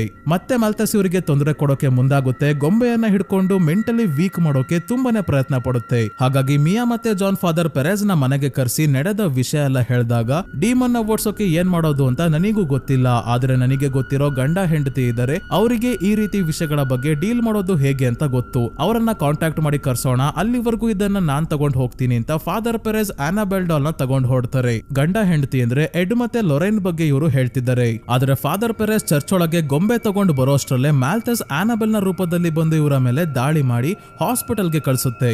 ಆಮೇಲೆ ಮನೆಯಲ್ಲಿ ಮಿಯಾ ಜೊತೆ ಎವ್ಲಿನ್ ಇದ್ದಾಗ ಎವ್ಲಿನ್ ನ ಮಾಲ್ತಸ್ ಮನೆಯಿಂದ ಹೊರಗೆ ಹಾಕುತ್ತೆ. ಮಗು ಕೂಡ ಎಲ್ಲೂ ಕಾಣ್ತಿಲ್ಲ. ಅದಕ್ಕೆ ಮಿಯಾ ತನ್ನ ಆತ್ಮವನ್ನ ಮಾಲ್ತಸ್ಗೆ ದಾನ ಮಾಡೋಕೆ ರೂಮಿನ ಕಿಟಕಿಯಿಂದ ಹಾರೋಕೆ ರೆಡಿ ಆಗಿದ್ದಾಗ ಜಾನ್ ಬಂದು ಇವಳನ್ನ ಕಾಪಾಡ್ತಾನೆ. ಇವರನ್ನ ಕಾಪಾಡೋಕೆ ಎವ್ಲಿನ್ ತಮ್ಮ ಆತ್ಮವನ್ನ ಡೆವಿಲ್ಗೆ ಒಪ್ಪಿಸಿ ಗೊಂಬೆಯನ್ನ ಹಿಡ್ಕೊಂಡು ಕಿಟಕಿಯಿಂದ ಕೆಳಗೆ ಹಾರಿ ಸಾವನ್ನಪ್ತಾರೆ. ಮಗು ವಾಪಸ್ ಸಿಗುತ್ತೆ. ಗೊಂಬೆ ಎಲ್ಲಿ ಹೋಯ್ತು ಗೊತ್ತೇ ಆಗಲ್ಲ. 6 ತಿಂಗಳ ನಂತರ ಒಬ್ಳು ಮಹಿಳೆ ನರ್ಸ್ ಆಗಿರೋ ತಮ್ಮ ಮಗಳಿಗೆ ಗಿಫ್ಟ್ ತಗೊಳೋಕೆ ಅಂತ ಒಂದು ಸ್ಟೋರ್ಗೆ ಬಂದಿದ್ದಾರೆ. ಇವರ ಕಣ್ಣು ಇಲ್ಲೇ ಇರೋ ಆನಾಬೆಲ್ ಡಾಲ್ ನ ಮೇಲೆ ಬೀಳುತ್ತೆ. ಅಲ್ಲೇ ಹಿಂದೆ ಮೇಲೆ ರಿಯಲ್ ಆನಾಬೆಲ್ ಡಾಲ್ ಕೂಡ ಇದೆ ಸ್ನೇಹಿತರೆ. ಸೊ ಈ ಮಹಿಳೆ ಕೊನೆಗೂ ಆನಾಬೆಲ್ ಡಾಲ್ ನ ದುಡ್ಡು ಕೊಟ್ಟು ತಗೊಂಡು ಹೋಗ್ತಾರೆ. ದುಡ್ಡು ಕೊಟ್ಟು ಮನೆಗೆ ಡೀಮನ್ ನ ಕರ್ಸ್ಕೊಂಡಂಗಾಯ್ತಿದು. ಇದಾದ್ಮೇಲೆ ಆನಾಬೆಲ್ ಡಾಲ್ ಎಡ್ ಮತ್ತೆ ಲೊರೈನ್ ಅವರ ಮನೆಯಲ್ಲಿ ಇದೆ ಅಂತ ತೋರಿಸ್ತಾರೆ. ಯಾಕಿದೆ ಅಂತ ದ ಕಾಂಜೂರಿಂಗ್ ಮೂವಿಯ ಸ್ಟಾರ್ಟಿಂಗ್ ಅಲ್ಲಿ ತೋರಿಸ್ತಾರೆ. ಈಗ ಈ ಮೂವಿಯ ಸ್ಟೋರಿಯನ್ನೇ ನೋಡೋಣ. ಮೂವಿಯ ಕತೆ ಶುರು ಆಗೋದು 1968ರಲ್ಲಿ. ಆನಾಬೆಲ್ ಕತೆ ಆಗಿ ಮುಂದಿನ ವರ್ಷನೇ ಆನಾಬೆಲ್ ಡಾಲ್ ನ ಖರೀದಿಸಿದ ಮಹಿಳೆ ತಮ್ಮ ಮಗಳಿಗೆ ಈ ಗೊಂಬೆಯನ್ನ ಗಿಫ್ಟ್ ಆಗಿ ಕೊಟ್ಟಿದ್ದಾರೆ. ಹಾಗಾಗಿ ಇವಳಿಗೆ ಮತ್ತೆ ಅವಳ ಫ್ರೆಂಡ್ಸ್ ಗೆ ಮನೆಯಲ್ಲಿ ನೆಮ್ಮದಿಯಾಗಿ ಇರೋಕೆ ಬಿಡ್ತಿಲ್ಲ. ಹೇಗೋ ಬುದ್ಧಿವಂತರು ಏನಾದ್ರೂ ಕೆಟ್ಟ ಘಟನೆ ನಡೆಯೋಕು ಮುಂಚೆನೆ ಎಡ್ ಮತ್ತೆ ಲೊರೈನ್ ನ ಕರೆಸಿದಾಗ ಈ ಗೊಂಬೆಯನ್ನ ತಗೊಂಡು ಹೋಗಿ ತಮ್ಮ ಮನೆಯಲ್ಲಿ ಇದೇ ರೀತಿಯ ಆರ್ಟಿಫ್ಯಾಕ್ಟ್ಸ್ ಗಳನ್ನ ಇಟ್ಟಿರೋ ರೂಮ್ ಅಲ್ಲಿ ಇಡ್ತಾರೆ. ಇಡೋದನ್ನ ಮುಂದೆ ಆನಾಬೆಲ್ ಕಮ್ಸ್ ಹೋಮ್ ಅಲ್ಲಿ ತೋರಿಸ್ತಾರೆ. ಈಗ 1968ರಿಂದ 1971ಕ್ಕೆ ಬರ್ತೀವಿ. ಹ್ಯಾರಿಸ್ವಿಲ್ ಅನ್ನೋ ಊರಲ್ಲಿ ಒಂದು ಹಳೆ ಫಾರ್ಮ್ ಹೌಸ್ ನ ಕೊಂಡ್ಕೊಂಡು ಪೆರನ್ ಫ್ಯಾಮಿಲಿ ಅವರು ಬರ್ತಾರೆ. ಯಜಮಾನನ ಹೆಸರು ರಾಜರ್, ಹೆಂಡತಿ ಹೆಸರು ಕ್ಯಾರಲಿನ್. ಇವ್ರಿಗೆ 5 ಜನ ಹೆಣ್ಮಕ್ಳು, ಆಂಡ್ರಿಯಾ, ನ್ಯಾನ್ಸಿ, ಕ್ರಿಸ್ಟಿನ್, ಸಿಂಡಿ ಮತ್ತೆ ಏಪ್ರಿಲ್. ಎಲ್ಲರೂ ಒಳಗೆ ಬರ್ತಾರೆ. ಆದ್ರೆ ಸಾಕಿರೋ ನಾಯಿ ಒಳಗೆ ಬರಲ್ಲ. ಬುದ್ಧಿವಂತ ನಾಯಿ. ಇದ್ಯಾಕೆ ಬರ್ತಿಲ್ಲ ಅಂತ ತಲೆ ಕೆಡ್ಸ್ಕೊಳಲ್ಲ, ಹೊರಗೇನೆ ಇರ್ಲಿ ಅಂತ ಸುಮ್ನಾಗ್ತಾರೆ. ಬಂದು ಇನ್ನೂ ಒಂದಿನಾನು ಆಗ್ಲಿಲ್ಲ, ವಿಚಿತ್ರವಾದ ಘಟನೆಗಳು ನಡೆಯೋಕೆ ಶುರು ಆಗುತ್ತೆ. ರಾತ್ರಿ ಮಲಗಿ ಬೆಳಗ್ಗೆ ಎದ್ದಾಗ ಕ್ಯಾರಲಿನ್ ನ ದೇಹದ ಮೇಲೆ ಯಾರೋ ಹೊಡೆದು ರಕ್ತ ಹೆಪ್ಕೊಟ್ಟಿರೋ ಹಾಗೆಲ್ಲ ಆಗಿದೆ. ಮಕ್ಕಳಿಗೆಲ್ಲ ಚಳಿ ಆಗ್ತಿದೆ. ಮನೆಯಲ್ಲಿ ಕೆಟ್ಟ ವಾಸನೆ ಬರೋದ್ರ ಜೊತೆಗೆ ಎಲ್ಲಾ ಗಡಿಯಾರಗಳು ಸರಿಯಾಗಿ 3 ಗಂಟೆ 7 ನಿಮಿಷಕ್ಕೆ ನಿಂತ್ಕೊಂಡಿದ್ದಾವೆ. ಯಾಕೆಂದ್ರೆ ಈ ಮನೆಯಲ್ಲಿ ತುಂಬಾನೇ ಆತ್ಮಗಳಿದ್ದಾವೆ. ಎಲ್ಲದಕ್ಕಿಂತ ಮುಖ್ಯವಾಗಿ ಮಾಟಗಾತಿ ಆಗಿದ್ದ ಬಾತ್ಶಿಬಾ ಅನ್ನೋ ಮಹಿಳೆ ಮನೆಯ ಮುಂದೆ ಇರೋ ಮರಕ್ಕೆ ನೇಣು ಹಾಕೊಂಡು ಸಾವನ್ನಪ್ಪಿರ್ತಾಳೆ. ಅವಳು ಸತ್ತ ಸಮಯನೇ 3 ಗಂಟೆ 7 ನಿಮಿಷ. ಈಗ ಮನೆ ಒಳಗೆ ಬರ್ದೆ ರಾತ್ರಿ ಎಲ್ಲ ಹೊರಗೇನೆ ಇದ್ದ ಇವರ ನಾಯಿ ಸಾವನ್ನಪ್ಪಿದೆ. ಇನ್ನೊಂದ್ ಕಡೆ ಎಡ್ ಮತ್ತೆ ಲೊರೈನ್ ಅವರ ಮನೆಯಲ್ಲಿ ಇರೋ ಆರ್ಟಿಫ್ಯಾಕ್ಟ್ಸ್ ರೂಮ್ ನ ನೋಡ್ತೀವಿ. ಡೋರ್ ಹತ್ರನೇ ಒಂದು ಪೇಂಟಿಂಗ್ ಇದೆ. ಸೇಮ್ ಪೆರನ್ ಫ್ಯಾಮಿಲಿಯ ಫಾರ್ಮ್ ಹೌಸ್ ತರ ಮುಂದೆ ಮರನೂ ಇದೆ. ಇಲ್ಲಿರೋ ವಸ್ತು ವಸ್ತುಗಳೆಲ್ಲ ಒಂದಲ್ಲ ಒಂದು ಡೀಮನ್ಗೆ ಆತ್ಮಕ್ಕೆ ಅಥವಾ ವಾಮಾಚಾರಕ್ಕೆ ಸಂಬಂಧಿಸಿದ್ದು. ಯಾವ ಕೇಸ್ನ ಇವರು ಸಾಲ್ವ್ ಮಾಡ್ತಾರೋ ಆ ಕೇಸಲ್ಲಿ ದುಷ್ಟಶಕ್ತಿಗಳು ಬಳಸಿರೋ ವಸ್ತುಗಳನ್ನ ಇಲ್ಲಿ ಇಟ್ಕೊಂಡಿರ್ತಾರೆ. ಇದರಿಂದ ಆ ದುಷ್ಟಶಕ್ತಿಗಳನ್ನ ಬಂಧಿಸೋದ್ರಲ್ಲಿ ಸಹಾಯ ಆಗುತ್ತೆ. ಈ ವಸ್ತುಗಳನ್ನ ನಾಶ ಮಾಡಿದ್ರೆ ಡೀಮನ್ ಅಥವಾ ದುಷ್ಟಶಕ್ತಿಗಳು ಟಾಟಾ ಮಾಡಿ ಬೇರೆಯವ್ರಿಗೆ ತೊಂದರೆ ಕೊಡೋಕೆ ಹೋಗ್ತವೆ. ಅದೇ ಪೆರನ್ ಫ್ಯಾಮಿಲಿಯಲ್ಲಿ ಸಮಸ್ಯೆ ಸ್ವಲ್ಪ ಜಾಸ್ತಿನೇ ಆಗ್ತಿದೆ. ಏಪ್ರಿಲ್ ಒಂದು ಮ್ಯೂಸಿಕ್ ಬಾಕ್ಸ್ ನ ಇಟ್ಕೊಂಡು ನನಗೆ ಹೊಸ ಫ್ರೆಂಡ್ ಸಿಕ್ಕಿದ್ದಾನೆ, ರೋರಿ ಅಂತ ಅವನ ಹೆಸರು, ಈ ಮ್ಯೂಸಿಕ್ ಬಾಕ್ಸ್ ನ ಕನ್ನಡಿಯಲ್ಲಿ ಕಾಣ್ತಾನೆ ಅಂತ ಹೇಳ್ತಿದ್ದಾಳೆ. ಇನ್ನೊಬ್ಳು ಮಗಳು ಕ್ರಿಸ್ಟಿನ್ ರಾತ್ರಿ ಮಲಗಿದ್ದಾಗ ಯಾರೋ ಕಾಲೆಳೆಯೋ ಹಾಗೆ ಆಗೋದು, ಕತ್ತಲಲ್ಲಿ ಯಾರೋ ನಿಂತಿರೋ ಹಾಗೆ ಕಾಣೋದು ಎಲ್ಲ ಆಗ್ತಿದೆ. ಒಂದಿನ ರಾತ್ರಿ ಅಂತೂ ಎಲ್ಲ ಅತಿರೇಕಕ್ಕೆ ಹೋಗಿ ಮನೆಯ ಫೋಟೋಸ್ ಎಲ್ಲ ಬಿದ್ದು ಹೊಡೆದೋಗುತ್ತೆ. ಕ್ಯಾರೋಲಿನ್ ಬೇಸ್ಮೆಂಟ್ ಅಲ್ಲಿ ಲಾಕ್ ಆಗ್ತಾಳೆ. ಆಂಡ್ರಿಯಾಗಂತೂ ಬಾದ್ಶೆಬಾನೆ ಕಾಣಿಸ್ಕೊಂತಾಳೆ. ಹೀಗೆಲ್ಲ ಆಗ್ತಿರೋದಕ್ಕೆ ಒಂದಿನ ಎಡ್ ಮತ್ತೆ ಲೊರೆನ್ ವಾರನ್ ಬಗ್ಗೆ ಕ್ಯಾರೋಲಿನ್ಗೆ ಗೊತ್ತಾಗಿ ಹತ್ರದ ಒಂದು ಯೂನಿವರ್ಸಿಟಿಯಲ್ಲಿ ಅವರು ಸೆಮಿನಾರ್ ಮಾಡ್ತಿದ್ದಾರೆ ಅಂತ ಅಟೆಂಡ್ ಆಗೋಕೆ ಕ್ಯಾರೋಲಿನ್ ಕೂಡ ಬರ್ತಾಳೆ. ಎಡ್ ಮತ್ತೆ ಲೊರೆನ್ ಮಾರಿಸ್ ಮೇಲೆ ಎಕ್ಸಾರ್ಸಿಸಮ್ ಮಾಡ್ತಿರೋ ವಿಡಿಯೋನ ತೋರಿಸಿ ಡಿಮಾನಿಕ್ ಪೊಸೆಷನ್ ಬಗ್ಗೆ ಹೇಳ್ತಾ ಇದ್ದಾರೆ. ಮಾರಿಸ್ ನ ಕಣ್ಣಲ್ಲಿ ರಕ್ತ ಬರ್ತಾ ಇರುತ್ತೆ, ದೇಹದ ಮೇಲೆಲ್ಲ ಉಲ್ಟಾ ಕ್ರಾಸ್ ಕಾಣಿಸ್ಕೊಂತಾ ಇರುತ್ತೆ. ಎಷ್ಟೇ ಎಕ್ಸಾರ್ಸಿಸಮ್ ಮಾಡಿದ್ರು ವರ್ಕ್ ಆಗ್ತಿರಲ್ಲ. ಕೊನೆಗೆ ತನ್ನ ಹೆಂಡತಿ ಮೇಲೆ ಶೂಟ್ ಮಾಡಿ ತಾನು ಶೂಟ್ ಮಾಡ್ಕೊಂಡು ಸಾವನ್ನಪ್ಪಿದ್ದಾನೆ ಅಂತ ಹೇಳ್ತಿದ್ದಾರೆ. ಅಂದ್ರೆ ಮಾರಿಸ್ ನನ್ ಪಾರ್ಟ್ 2 ನ ನಂತರ ಬೇರೆ ಹುಡುಗಿಯನ್ನ ಮದುವೆ ಆಗಿದ್ದ, ಈಗ ಆತ್ಮಹತ್ಯೆ ಮಾಡ್ಕೊಂಡು ಸಾವನ್ನಪ್ಪಿದ್ದಾನೆ. ನಂತರ ಎಡ್ 3 ಸ್ಟೇಜಸ್ ಅಲ್ಲಿ ಡೀಮನ್ ಮನುಷ್ಯರಿಗೆ ತೊಂದರೆ ಕೊಡುತ್ತೆ. ಮೊದಲು ಮನೆಯಲ್ಲಿ ಸಣ್ಣ ಪುಟ್ಟ ಶಬ್ದ ಆಗೋ ಹಾಗೆ ಮಾಡೋದು, ಬೇರೆಯವ್ರು ಯಾರೋ ಮನೆಯಲ್ಲಿ ಇದ್ದಾರೆ ಅಂತ ಅನ್ಸೋಕೆ ಶುರು ಆಗುತ್ತೆ. ಆಮೇಲೆ ಮನೆಯಲ್ಲಿ ಮಾನಸಿಕವಾಗಿ ವೀಕ್ ಇರೋರ್ನ ಟಾರ್ಗೆಟ್ ಮಾಡಿ ತುಂಬಾನೇ ತೊಂದರೆ ಕೊಡುತ್ತೆ. ಜೀವನನೇ ಬೇಡ ಅಂತ ಅನ್ಸೋ ಹಾಗೆ ಮಾಡಿ ಕೊನೆಗೆ ಪೊಸೆಸ್ ಮಾಡ್ಕೊಳ್ಳುತ್ತೆ ಅಂತ ಎಡ್ ಹೇಳ್ತಿದ್ದಾರೆ. ಎಲ್ಲ ನಾನ್ ಹೇಳ್ಕೊಟ್ಟಂಗೆ ಕರೆಕ್ಟ್ ಆಗಿ ಹೇಳ್ತಿದಾರ ಅಂತ ಆಡಿಯನ್ಸ್ ನಡುವೆ ರಿಯಲ್ ಲೊರೆನ್ ವಾರನ್ ಕುತ್ಕೊಂಡು ನೋಡ್ತಾ ಇದ್ದಾರೆ ಸ್ನೇಹಿತರೆ. ಎಡ್ ಮತ್ತೆ ಲೊರೆನ್ ಹೇಳ್ದಂಗೆ ನಮ್ಮ ಮನೆಯಲ್ಲಿ ಆಗ್ತಿದ್ಯಲ್ಲ ಅಂತ ಸೆಮಿನಾರ್ ಮುಗಿದ ಮೇಲೆ ಇವರನ್ನ ಕ್ಯಾರೋಲಿನ್ ಭೇಟಿಯಾಗಿ ಮನೆಯಲ್ಲಿ ಏನಾಗ್ತಿದೆ ಅಂತ ಹೇಳಿದಾಗ ಎಡ್ ಮತ್ತೆ ಲೊರೆನ್ ಇವರ ಮನೆಗೆ ಬರ್ತಾರೆ. ಬರ್ತಿದ್ದಂಗೆ ಲೊರೆನ್ಗೆ ರಾಜರ್ ಮತ್ತೆ ಕ್ಯಾರೋಲಿನ್ ನ ಹಿಂದೆ ಮಕ್ಕಳ ಹಿಂದೆ ಕಪ್ಪು ಆಕೃತಿ ಓಡಾಡ್ತಿರೋದನ್ನ ಗಮನಿಸ್ತಾರೆ. ಬೇಸ್ಮೆಂಟ್ ಗೆ ಬಂದಾಗ ಇವ್ರಿಗೆ ಇಲ್ಲಿ ಸಾವನ್ನಪ್ಪಿರೋರು ಕಿರ್ಚಾಡ್ತಿರೋ ಶಬ್ದ ಕೇಳುತ್ತೆ. ಮನೆಯ ಮುಂದೆ ಮರಕ್ಕೆ ಬಾದ್ಶೆಬಾ ನೇಣು ಹಾಕೊಂಡಿರೋದು ಕೂಡ ಕಾಣುತ್ತೆ. ಏಪ್ರಿಲ್ ಮ್ಯೂಸಿಕ್ ಬಾಕ್ಸ್ ಅಲ್ಲಿ ರೋರಿ ಅನ್ನೋ ಹುಡುಗ ಕಾಣ್ತಾನೆ ಅಂತ ಹೇಳ್ತಿದ್ಲಲ್ಲ, ಲೊರೆನ್ ಚೆಕ್ ಮಾಡಿದಾಗ ಇವರಿಗೆ ರೋರಿ ಕಾಣಿಸ್ತಾನೆ. ಈಗ ದೆವ್ವ ಓಡಿಸೋಕೆ ಎಕ್ಸಾರ್ಸಿಸಮ್ ಮಾಡೋಕೆ ಚರ್ಚ್ ಅವರ ಪರ್ಮಿಷನ್ ಬೇಕು. ಪರ್ಮಿಷನ್ ಗೆ ಪ್ರೂಫ್ ಕೊಡ್ಬೇಕು. ಅದಕ್ಕೆ ಮೊದಲು ಸಾಕ್ಷಿಗಳನ್ನ ಕಲೆಕ್ಟ್ ಮಾಡೋಕೆ ಡಿಸೈಡ್ ಮಾಡ್ತಾರೆ ಎಡ್ ಮತ್ತೆ ಲೊರೆನ್. ಮನೆಗೆ ಬಂದು ಆ ಫಾರ್ಮ್ ಹೌಸ್ ನ ಬಗ್ಗೆ ರಿಸರ್ಚ್ ಮಾಡಿದಾಗ ಗೊತ್ತಾಯ್ತು ಬಾದ್ಶೆಬಾ ಮಾಟಗಾತಿ ಆಗಿರ್ತಾಳೆ. ಅವಳಿಗೆ ಮಗು ಆದ್ಮೇಲೆ 7 ದಿನದ ಮಗುವನ್ನ ಬೆಂಕಿಗೆ ಹಾಕಿ ಬಲಿ ಕೊಟ್ಟಿರ್ತಾಳೆ. ಆಮೇಲೆ ಮನೆಯ ಮುಂದೆ ಇರೋ ಮರಕ್ಕೆ ನೇಣು ಹಾಕೊಂಡು ತನ್ನ ಆತ್ಮವನ್ನ ಡೆವಿಲ್ಗೆ ಅರ್ಪಿಸಿ ತನ್ನ ಮನೆ ಇರೋ ಜಾಗಕ್ಕೆ ಯಾರೇ ಬಂದ್ರು ಸರ್ವನಾಶ ಆಗೋಗ್ಲಿ ಅಂತ ಶಾಪ ಹಾಕಿ ಸಾಯ್ತಾಳೆ. ಶಾಪ ಯಾಕೆ ಹಾಕ್ತೆ, ಈಗ ನೀನೇ ಅಲ್ಲಿದ್ದು ಯಾರು ಬರ್ದೇ ಇರೋ ಹಾಗೆ ನೋಡ್ಕೋ ಅಂತ ಡೆವಿಲ್ ಇವಳನ್ನ ಇಲ್ಲೇ ಬಿಟ್ಟಿರೋ ಹಾಗಿದೆ. ಇದು ನಡೆದಿದ್ದು 1863ರಲ್ಲಿ. ಆಮೇಲೆ ಈ ಪ್ರಾಪರ್ಟಿಯನ್ನ ಖರೀದಿಸಿ ಮನೆಗೆ ಯಾರ್ಯಾರು ಬರ್ತಾರೋ ಅವರನ್ನ ಹಾಂಟ್ ಮಾಡಿ ಒಂದಲ್ಲ ಒಂದು ರೀತಿ ಸಾಯೋ ಹಾಗೆ ಮಾಡಿದಳೆ ಬಾದ್ಶೆಬಾ. ಆ ಹುಡುಗ ರೋರಿ ಕೂಡ ಮನೆಯಲ್ಲೇ ಸಾವನ್ನಪ್ಪಿರೋದು, ಅವನು ಕೂಡ ಪ್ರೇತಾತ್ಮ ಆಗಿದ್ದಾನೆ. ಹಾಗಾಗಿ ಮುಂದಿನ ದಿನಾನೇ ಎಡ್, ಲೊರೆನ್ ಮತ್ತೆ ಕ್ಯಾಮರಾ ಮೈಕ್ ನ ಆಪರೇಟ್ ಮಾಡೋ ಡ್ರ್ಯೂ ಮತ್ತೆ ಪೊಲೀಸ್ ಆಫೀಸರ್ ಬ್ರಾಡ್ ಬರ್ತಾರೆ. ಮೈಕ್, ಕ್ಯಾಮರಾ, ಥರ್ಮೋಸ್ಟಾಟ್ ಎಲ್ಲಾ ಸೆಟ್ ಮಾಡಿ ಪ್ರೇತಾತ್ಮಗಳು ಬರೋದನ್ನೇ ಕಾಯ್ತಾ ಇದ್ದಾರೆ. ಅಲ್ಲಿವರೆಗೂ ಲೊರೆನ್ ಹೊರಗೆ ಒಣಗಾಕಿರೋ ಬಟ್ಟೆಗಳನ್ನ ತೆಕ್ಕೋಬೇಕಾದ್ರೆ ಗಾಳಿಗೆ ಬಟ್ಟೆ ಹೋಗಿ ಅದೃಶ್ಯವಾಗಿರೋ ಬಾದ್ಶೆಬಾ ಮೇಲೆ ಬೀಳುತ್ತೆ. ಅಲ್ಲಿಂದ ಬಟ್ಟೆ ಕ್ಯಾರೋಲಿನ್ ಇರೋ ರೂಮ್ ನ ಕಿಟಕಿ ಹತ್ರ ಹೋದಾಗ ಬಾದ್ಶೆಬಾ ರೂಮ್ ನ ಒಳಗೇನೆ ಇದ್ದಾಳೆ. ಲೊರೆನ್ ಅಲ್ಲಿಗೆ ಹೋಗೋಷ್ಟರಲ್ಲಿ ಕ್ಯಾರೋಲಿನ್ ನ ಆಗ್ಲೇ ಪೊಸೆಸ್ ಮಾಡ್ಕೊಂಡಾಗಿದೆ. ಏನು ಹಾಗೆ ಎಲ್ಲ ಅನ್ನೋ ಹಾಗೆ ಕ್ಯಾರೋಲಿನ್ ನಾಟಕ ಆಡ್ತಿದ್ದಾಳೆ. ಇವತ್ ರಾತ್ರಿ ಆಫೀಸರ್ ಬ್ರಾಡ್ಗೆ ಆತ್ಮಗಳು ಕಾಣಿಸ್ಕೊಳ್ಳುತ್ತೆ. ಆಮೇಲೆ ಸಿಂಡಿ ನಿದ್ದೆಗಣ್ಣಲ್ಲಿ ನಡ್ಕೊಂಡು ಹೋಗ್ಬೇಕಾದ್ರೆ ಇವಳ ಜೊತೆಗೇನೆ ಒಂದು ಆತ್ಮ ಹೋಗುತ್ತೆ. ಸಿಂಡಿ ರೂಮ್ಗೆ ಹೋಗ್ತಿದ್ದಂಗೆ ಹಿಂದೆನೆ ಎಲ್ಲರೂ ರೂಮ್ಗೆ ಬಂದಾಗ ಸಿಂಡಿ ಎಲ್ಲಿದ್ದಾಳೆ ಅಂತಾನೆ ಗೊತ್ತಾಗಲ್ಲ. ಆಮೇಲೆ ಕಬೋರ್ಡ್ ನ ಹಿಂದೆ ಗೋಡೆಗಳ ನಡುವೆ ಗ್ಯಾಪ್ ಇದೆ, ಅಲ್ಲಿದ್ದಾಳೆ. ಲೊರೆನ್ ಈ ಜಾಗಕ್ಕೆ ಬಂದಾಗ ಬಾದ್ಶೆಬಾ ನೇಣು ಹಾಕೊಂಡಿದ್ದ ಹಗ್ಗ ಇಲ್ಲೇ ಇದೆ. ಇದನ್ನ ನೋಡ್ತಿದ್ದಾಗ ಕೆಳಗಿರೋ ಮರದ ನೆಲ ಮುರಿದೋಗಿ ಸೀದಾ ಬೇಸ್ಮೆಂಟ್ ಗೆ ಬಂದು ಬಿದ್ದಾಗ ಇಲ್ಲಿ ಒಬ್ಳು ತಾಯಿಯ ಆತ್ಮ ಇವಳಿಗೆ ಹೇಳುತ್ತೆ, ನನ್ ಕೈಯಲ್ಲಿ ಮಕ್ಕಳನ್ನ ಕೊಲೆ ಮಾಡಿಸಿದ್ಲು ಬಾದ್ಶೆಬಾ ಅಂತ.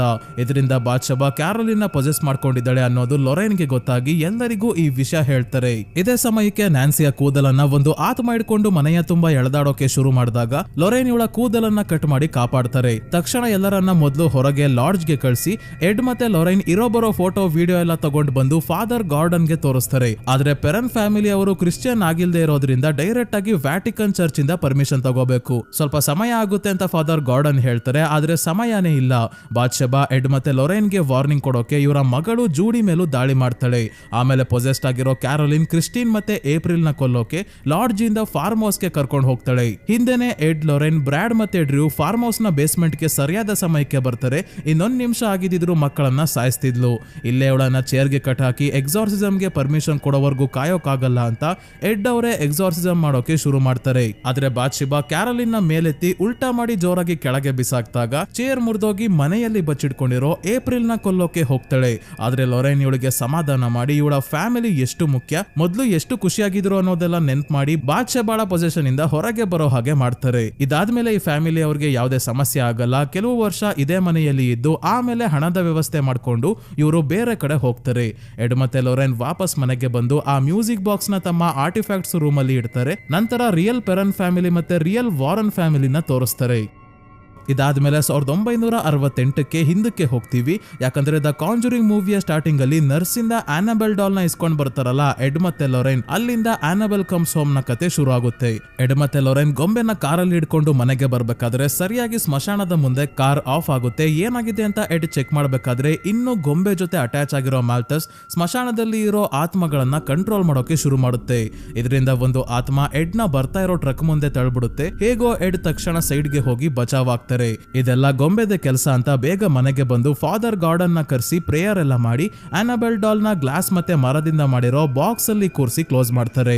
ಇದಾದ್ಮೇಲೆ ಪೆರನ್ ಫ್ಯಾಮಿಲಿಯ ಕೇಸ್ ಇನ್ವೆಸ್ಟಿಗೇಟ್ ಮಾಡೋಕೆ ಹೋಗ್ತಾರೆ. ಅಲ್ಲಿ ಏನೆಲ್ಲ ಆಯ್ತು ಅಂತ ದ ಕಾಂಜುರಿಂಗ್ ಅಲ್ಲಿ ನೋಡಿದೀವಿ. ಅಲ್ಲಿಂದ ವಾಪಸ್ ಬಂದ್ಮೇಲೆ ಮತ್ತೊಂದು ಕೇಸ್ ಮೇಲೆ ಒಂದು ದಿನ ಹೊರಗೆ ಹೊರಟಿದ್ದಾರೆ. ಹಾಗಾಗಿ ಮ್ಯಾರಿ ಅನ್ನೋ ಬೇಬಿ ಸಿಟರ್ಗೆ ತಮ್ಮ ಮಗಳು ಜೂಡಿನ ನೋಡ್ಕೊಳ್ಳೋಕೆ ಹೇಳಿ ಹೊರಡ್ತಾರೆ. ಜೂಡಿಗೂ ಸೇಮ್ ಲೊರೇನ್ ತರಾನೇ ಆತ್ಮಗಳು ಕಾಣಿಸೋದ್ರಿಂದ ತುಂಬಾನೇ ದುಃಖದಲ್ಲಿ ಇದ್ದಾಳೆ. ಇದೆಲ್ಲ ಇವಳಿಗೆ ಹೊಸದಲ್ವಾ, ಹಾಗಾಗಿ ಮ್ಯಾರಿ ಅನ್ನೋ ತುಂಬಾನೇ ಒಳ್ಳೆಯವಳು ಜೂಡಿನ ಚೆನ್ನಾಗಿ ನೋಡ್ಕೊಂತಿದ್ದಾಳೆ. ಆದ್ರೆ ಅವಳ ಫ್ರೆಂಡ್ ಡ್ಯಾನಿಯೆಲ್ಲ ಮನೆಗೆ ಬರ್ತಾಳೆ.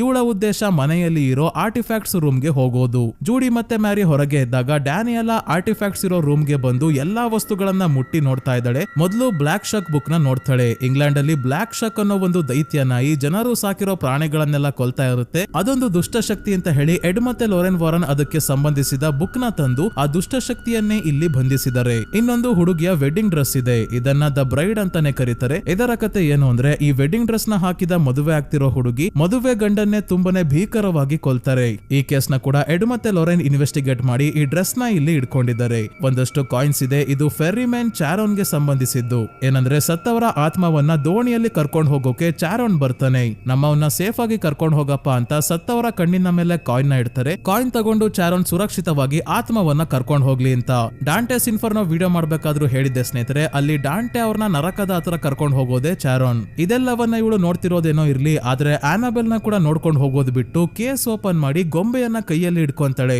ಮತ್ತೆ ಇದನ್ನ ವಾಪಸ್ ಇಟ್ಟ ಮೇಲೆ ಲಾಕ್ ಮಾಡು ಹೋಗಲ್ಲ, ಹಾಗೆ ಬಿಟ್ಟು ಹೋಗಿದ್ರಿಂದ ಗೊಂಬೆ ಹೊರಗೆ ಬಂತು. ಇವಳು ಇಲ್ಲಿಗೆ ಬಂದ ಮುಖ್ಯ ಉದ್ದೇಶ ಒಂದಿದೆ ಸ್ನೇಹಿತರೆ. ಅದೇ ರೀಸೆಂಟ್ ಆಗಿ ತನ್ನ ತಂದೆಯನ್ನ ಕಳ್ಕೊಂಡಿದ್ದಾಳೆ. ಅವರ ಆತ್ಮವನ್ನ ಕಾಂಟ್ಯಾಕ್ಟ್ ಮಾಡೋಕೆ ನೋಡ್ತಿದ್ದಾಳೆ. ಲೊರೇನ್ ವಾರನ್ಗೆ ಆತ್ಮ ಕಾಣುತ್ತೆ ಅಂದ್ರೆ ನನ್ಗೆ ಕಾಣಲ್ಲ, ಕಾಣೋ ಹಾಗೆ ಮಾಡ್ತೀನಿ ಅಂತ ಹಠ ಹಿಡಿದು ಈ ರೀತಿ ಮಾಡ್ತಿದ್ದಾಳೆ. ನಂತರ ಮ್ಯಾರಿ ಮನೆಯ ಹೊರಗೆ ಒಬ್ಳು ಹುಡುಗಿ ಇರೋದು ನೋಡ್ತಾಳೆ. ಅದೇ ಆನಬೆಲ್ ಕ್ರಿಯೇಷನ್ ಅಲ್ಲಿ ಆಕ್ಸಿಡೆಂಟ್ ಆಗಿ ಪ್ರಾಣ ಕಳ್ಕೊಂಡಿದ್ದ ಅದೇ ಆನಬೆಲ್ ಇವಳು. ಇವಳದಾದ್ಮೇಲೆ ಜೂಡಿಗೆ ರೂಮ್ ಅಲ್ಲಿ ಆನಬೆಲ್ ಡಾಲ್ ಕಾಣಿಸುತ್ತೆ. ಮತ್ತೆ ವೆಡ್ಡಿಂಗ್ ಡ್ರೆಸ್ ಹಾಕಿರೋ ದುಷ್ಟಶಕ್ತಿ ಕೂಡ ಇವಳ ಮೇಲೆ ದಾಳಿ ಮಾಡೋಕೆ ಬಂದಾಗ ತನ್ನ ಮುಂದೆ ಕ್ರಾಸ್ ನ ಹಿಡ್ಕೊಂತಾಳೆ. ಇದರಿಂದ ಇವಳಿಗೆ ಏನು ಮಾಡಲ್ಲ. ಡ್ಯಾನಿಯಲ್ಲಾಗೆ ತನ್ನ ತಂದೆಯ ಆತ್ಮ ಕಾಣಿಸ್ಕೊಂತಾ ಇದೆ. ಅಂದ್ರೆ ಮಾಲ್ತಸ್ ಡೀಮನ್ನೇ ಈ ರೂಪದಲ್ಲಿ ಬಂದಿರೋದು. ರಾತ್ರಿ ಜೂಡಿ ಟಿವಿ ನೋಡ್ಬೇಕಾದ್ರೆ ಒಬ್ಬ ವ್ಯಕ್ತಿ ಒಬ್ಳು ಹುಡುಗಿಗೆ ಗಿಫ್ಟ್ ಕೊಡ್ತಿದ್ದಾರೆ. ಗಿಫ್ಟ್ ಏನು ಅಂದ್ರೆ ಅದೇ ರಿಯಲ್ ಆನಬೆಲ್ ಡಾಲ್. ಆನಬೆಲ್ ಮೂವೀಸ್ ಅಲ್ಲೆಲ್ಲ ಒಂದಲ್ಲ ಒಂದ್ ಕಡೆ ಈ ರಿಯಲ್ ಗೊಂಬೆಯನ್ನ ತೋರಿಸ್ತಾರೆ. ನಂತರ ಮ್ಯಾರಿಯ ಬಾಯ್ ಫ್ರೆಂಡ್ ಬಾಬ್ ಬರ್ತಾನೆ. ಆದ್ರೆ ಮನೆ ಒಳಗೆ ಇವನ್ನ ಸೇರಿಸ್ಕೊಂಡ್ರೆ ಸರಿ ಹೋಗಲ್ಲ ಅಂತ ಒಳಗೆ ಬಿಡಲ್ಲ ಮ್ಯಾರಿ. ಹೊರಗೆ ಇದ್ದ ಬಾಬ್ ಮೇಲೆ ಬ್ಲಾಕ್ ಶಕ್ ದಾಳಿ ಮಾಡೋಕೆ ಬರುತ್ತೆ. ರಾತ್ರಿ ಆಗ್ತಿದ್ದಂಗೆ ಮನೆಗೆ ಹೊಟ್ಟಿದ್ದ ಡ್ಯಾನಿಯೆಲ್ಲ ಆರ್ಟಿಫ್ಯಾಕ್ಟ್ಸ್ ರೂಮ್ ಕೀನ ಜೇಬಲ್ಲೇ ಇಟ್ಕೊಂಡ್ ಬಂದಿರೋದು ನೋಡಿ ವಾಪಸ್ ಇಡೋಕೆ ಒಳಗೆ ಬಂದು ಮತ್ತೆ ಆರ್ಟಿಫ್ಯಾಕ್ಟ್ಸ್ ರೂಮ್ ಗೆ ಹೋಗ್ತಾಳೆ. ಆದ್ರೆ ವಾಪಸ್ ಬರಕ್ಕಾಗಲ್ಲ, ಡೋರ್ ಲಾಕ್ ಆಯ್ತು. ಮ್ಯಾಲ್ತಸ್ ಬಂದು ಇಲ್ಲಿರೋ ಬೇರೆ ವಸ್ತುಗಳಿಗೆ ಸಂಬಂಧಪಟ್ಟ ದುಷ್ಟಶಕ್ತಿಗಳನ್ನೆಲ್ಲ ಕೂಡ ಎಚ್ಚರಗೊಳಿಸಿದೆ. ಅದೇ ಮ್ಯಾರಿಗೆ ಫೆರ್ರಿಮ್ಯಾನ್ ಹೆದರಿಸ್ತಾ ಇದ್ರೆ ರೂಮ್ ಅಲ್ಲಿ ಮಲಗಿರೋ ಜೂಡಿಗೆ ಎಚ್ಚರಿಕೆ ಆದಾಗ ಕಲರ್ ಲೈಟ್ ಬರ್ತಾ ಇರೋ ಒಂದು ಡಿವೈಸ್ ಇದೆ. ಇದರ ನೆರಳಲ್ಲಿ ಮೊದಲು ಆನಬೆಲ್ ಗೊಂಬೆ, ಆಮೇಲೆ ಚಿಕ್ಕ ಹುಡುಗಿ ಆನಬೆಲ್, ಆಮೇಲೆ ದೊಡ್ಡ ಹುಡುಗಿ ಆನಬೆಲ್ ಅದೇ ಜಾನಿಸ್ ತನ್ನ ತಂದೆ ತಾಯಿಯನ್ನ ಕೊಲ್ತಾಳಲ್ಲ ಅವಳು. ಇದಾದ್ಮೇಲೆ ಮ್ಯಾಲ್ತಸ್ ನ ನೆರಳೆ ಕಾಣಿಸುತ್ತೆ. ಇದೇನಪ್ಪ ಅಂತ ನೋಡ್ತಿದ್ದಾಗ ಜೂಡಿಯ ಪಕ್ಕದಲ್ಲೇ ಮ್ಯಾಲ್ತಸ್ ಇದೆ.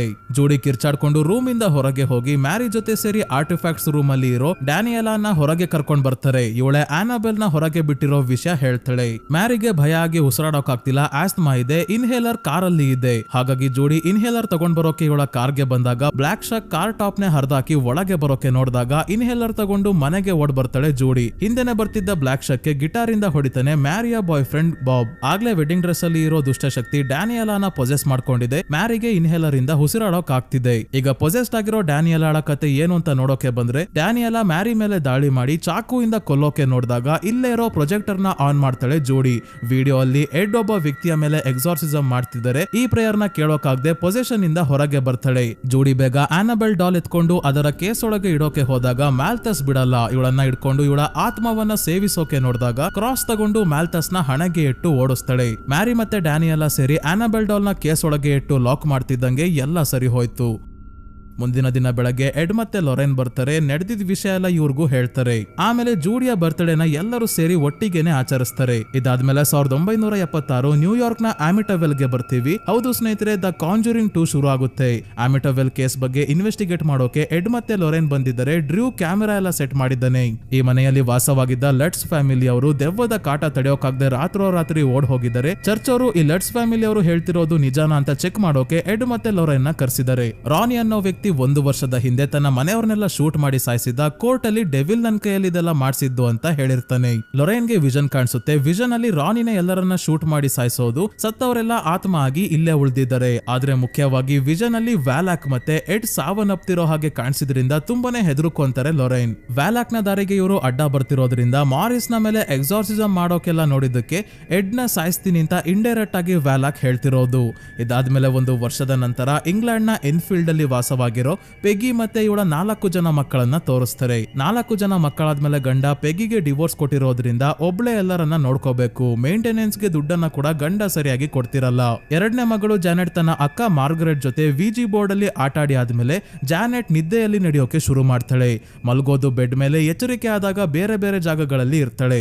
ಮತ್ತೆ ರೂಮ್ ಅಲ್ಲಿ ಕತ್ತಲಿರೋ ಕಡೆ ನೋಡ್ಕೊಂಡು ಒಬ್ಬೊಬ್ಳೆ ಮಾತಾಡೋದು. ಇದಷ್ಟೇ ಅಲ್ಲ, ಯಾರೋ ಇದು ನನ್ ಮನೆ, ಈ ಮನೆಯನ್ನ ಬಿಟ್ಟು ಹೋಗಿ ಅಂತ ಹೇಳ್ತಿರೋದು ಜಾನೆಟ್ ನ ಅಕ್ಕ ಮಾರ್ಗರೆಟ್ ಗೆ ಕೇಳಿಸುತ್ತೆ.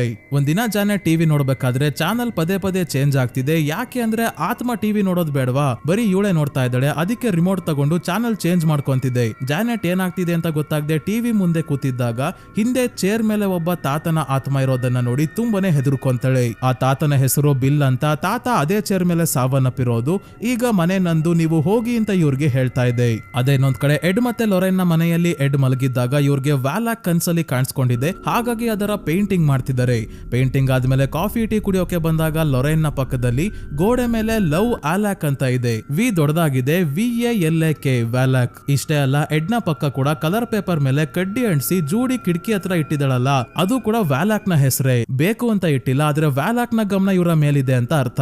ಈ ಕಡೆ ಜಾನೆಟ್ ರಾತ್ರಿ ಕೈಗೆ ಹಗ್ಗವನ್ನ ಕಟ್ಕೊಂಡು ಮಲಗಿದ್ದಾಳೆ, ಎಲ್ಲೂ ಹೋಗ್ಬಾರ್ದು ಅಂತ. ಆದ್ರೆ ಬೆಡ್ ಮೇಲಿಂದ ಹಾರಿ ಕೆಳಗೆ ಬಿದ್ದಾಗ ಎಚ್ಚರಿಕೆ ಆಯ್ತು. ಹಿಂದೆನೆ ಇವಳ ಮತ್ತೆ ಮಾರ್ಗರೆಟ್ ನ ಬೆಡ್ ಶೇಕ್ ಆಗೋಕೆ ಶುರು ಆದಾಗ ಇಬ್ರು ಕಿರ್ಚಾಡ್ಕೊಂಡು ತಮ್ಮ ತಾಯಿ ಪೆಗಿ ಹತ್ರ ಬರ್ತಾರೆ. ಪೆಗಿ ಇವರ ರೂಮ್ ಗೆ ಬಂದು ವಿಜಿ ಬೋರ್ಡ್ ಇರೋದನ್ನ ನೋಡಿ ಇದೆಲ್ಲ ಆಡ್ಕೊಂಡು ಹೆದರ್ಕೊಂಡು ನನ್ ತಲೆ ತಿಂತಿದ್ದೀರಾ ಅಂದಾಗ ಇವ್ರು ಹೇಳ್ತಿರೋದು ನಿಜ ಅಂತ ತಾತನ ಆತ್ಮ ಲೈವ್ ಆಗಿ ಇವಳಿಗೆ ತೋರಿಸುತ್ತೆ. ಟೇಬಲ್ ನ ಬಾಗಿಲ ಹತ್ರ ಜೋರಾಗಿ ತಳ್ಳಿ. ಈಗ ಮಕ್ಕಳು ಜೊತೆ ಅಮ್ಮನು ಕಿರ್ಚಾಡ್ಕೊಂಡು ತಮ್ಮ ಮುಂದೆ ಇರೋ ಮನೆಗೆ ಬರ್ತಾರೆ. ಈ ಮನೆಯ ವಿಕ್ ಅನ್ನೋ ವ್ಯಕ್ತಿ ಪೊಲೀಸ್ ನ ಕರೆಸಿದಾಗ ಪೊಲೀಸ್ ಅವ್ರಿಗೆ ಮನೆಯೆಲ್ಲ ಚೆಕ್ ಮಾಡಿದ್ರು ಏನಾಗಿದೆ ಅಂತ ಗೊತ್ತಾಗಲ್ಲ. ಆದ್ರೆ ಇವರ ಮುಂದೆನೆ ಚೇರ್ ತಂತಾನೆ ಮೂವ್ ಆಗೋದನ್ನ ನೋಡಿ ಮೊದ್ಲು ಹೊರಗೆ ಓಡ್ ಬಂದು ಹೇಳ್ತಾರೆ, ಇದು ನಮ್ ಕೈಯಲ್ಲ, ದೇವರ ಕೈಯಲ್ಲಿದೆ. ಅದಕ್ಕೆ ಚರ್ಚ್ ನ ಫಾದರ್ ನನಗೆ ಗೊತ್ತು, ಇಲ್ಲಿಗೆ ಬರೋಕೆ ಹೇಳ್ತೀನಿ ಅಂತ ಹೇಳಿ ಹೊರಡ್ತಾರೆ. ಎಡ್ ಮತ್ತೆ ಲೊರೆನ್ ವಾರನ್ನ ಮನೆಯಲ್ಲಿ ಲೊರೆನ್ ಬೈಬಲ್ ಓದಬೇಕಾದ್ರೆ ಬುಕ್ ಶೆಲ್ಫ್ ಮೇಲೂ ಕೂಡ ವ್ಯಾಲಾಕ್ ನ ಹೆಸರಿದೆ. ಇದಿರ್ಲಿ, ಜೂಡಿ ಮಣಿಗಳಿಂದ ಬ್ರೇಸ್ಲೆಟ್ ಮಾಡ್ತಿದ್ದಾಳೆ, ಇದರ ಮೇಲೂ ವ್ಯಾಲಾಕ್ ನ ಹೆಸರಿದೆ.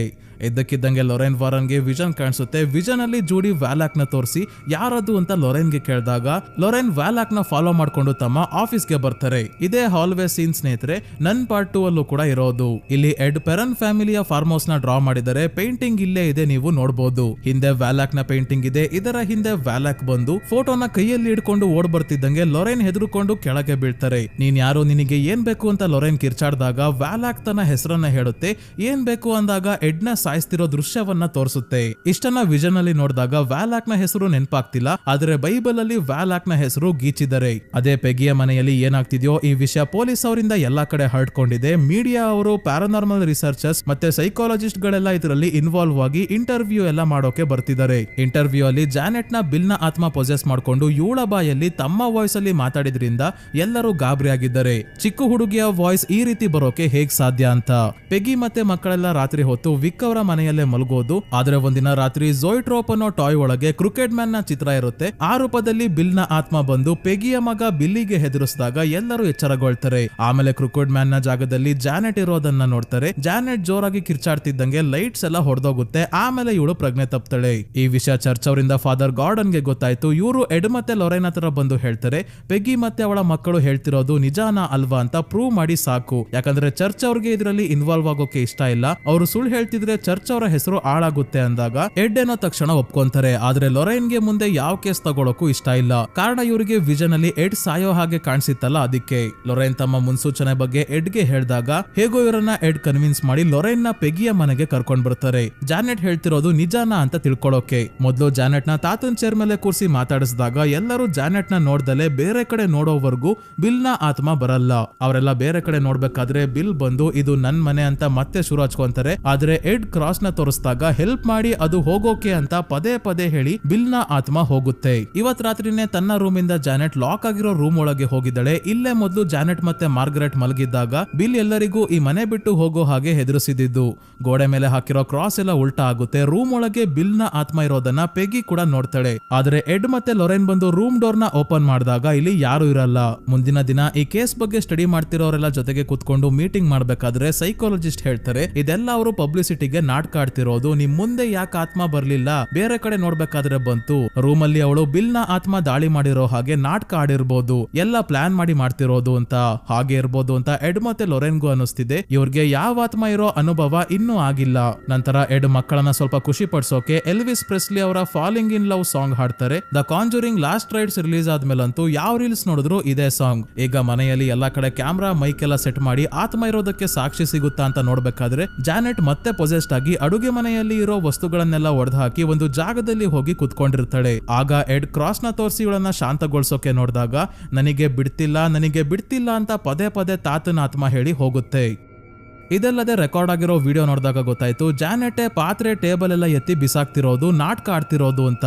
ಹಾಗಾಗಿ ಯಾರಿಗೂ ಇಲ್ಲಿ ದೆವ್ವ ಇದೆ ಅಂತ ನಂಬಿಕೆ ಬರ್ತಿಲ್ಲ. ನೀವೆಲ್ಲ ಮೊದ್ಲು ಇಲ್ಲಿಂದ ಹೋಗಿ ಅಂತ ಪೆಗಿ ಹೇಳಿದಾಗ ಎಲ್ಲರೂ ಹೊಡ್ತಾರೆ. ಎಡ್ ಮತ್ತೆ ಲೊರೈನ್ ಕೂಡ ಏನು ಸಹಾಯ ಮಾಡಕ್ ಆಗ್ಲಿಲ್ವಲ್ಲ ಅಂತ ಬೇಜಾರಲ್ಲೇ ಟ್ರೈನ್ ಹತ್ತುತ್ತಾರೆ. ಆದ್ರೆ ಜಾನೆಟ್ ನಾಟಕ ಆಡೋಕು ಕಾರಣ ಇದೆ. ಬಿಲ್ ನ ಆತ್ಮ ಎಲ್ಲರನ್ನ ಮನೆಯಿಂದ ಹೋಗೋ ಹಾಗೆ ಮಾಡ್ಲಿಲ್ಲ ಅಂದ್ರೆ ಇವಳ ಅಕ್ಕ ತಮ್ಮಂದಿರು ಎಲ್ಲರನ್ನ ಸಾಯಿಸೋದಾಗಿ ಹೆದರಿಸಿರೋದ್ರಿಂದ ನಾಟಕ ಆಡಿದಳೆ. ಆದ್ರೆ ಎಡ್ ಮತ್ತೆ ಲೊರೈನ್ ಟ್ರೈನ್ ಅಲ್ಲಿ ಜಾನೆಟ್ ಪೊಸೆಸ್ಡ್ ಆದಾಗ ರೆಕಾರ್ಡ್ ಮಾಡ್ಕೊಂಡಿರೋ ಆಡಿಯೋನ ಕೇಳಿಸ್ಕೊಂಡಾಗ ಒಂದು ಶಾಕಿಂಗ್ ವಿಷಯ ರಿವೀಲ್ ಆಗುತ್ತೆ. ಬಿಲ್ ನ ಆತ್ಮ ಮೊದಲು ಚೇರ್ ಮೇಲೆ ಜಾನೆಟ್ ಕೂತಿದ್ದಾಗ ಹೆಲ್ಪ್ ಮಾಡಿ ಅದು ಹೋಗೋಕೆ ಅಂತ ಪದೇ ಪದೇ ಹೇಳಿತ್ತು.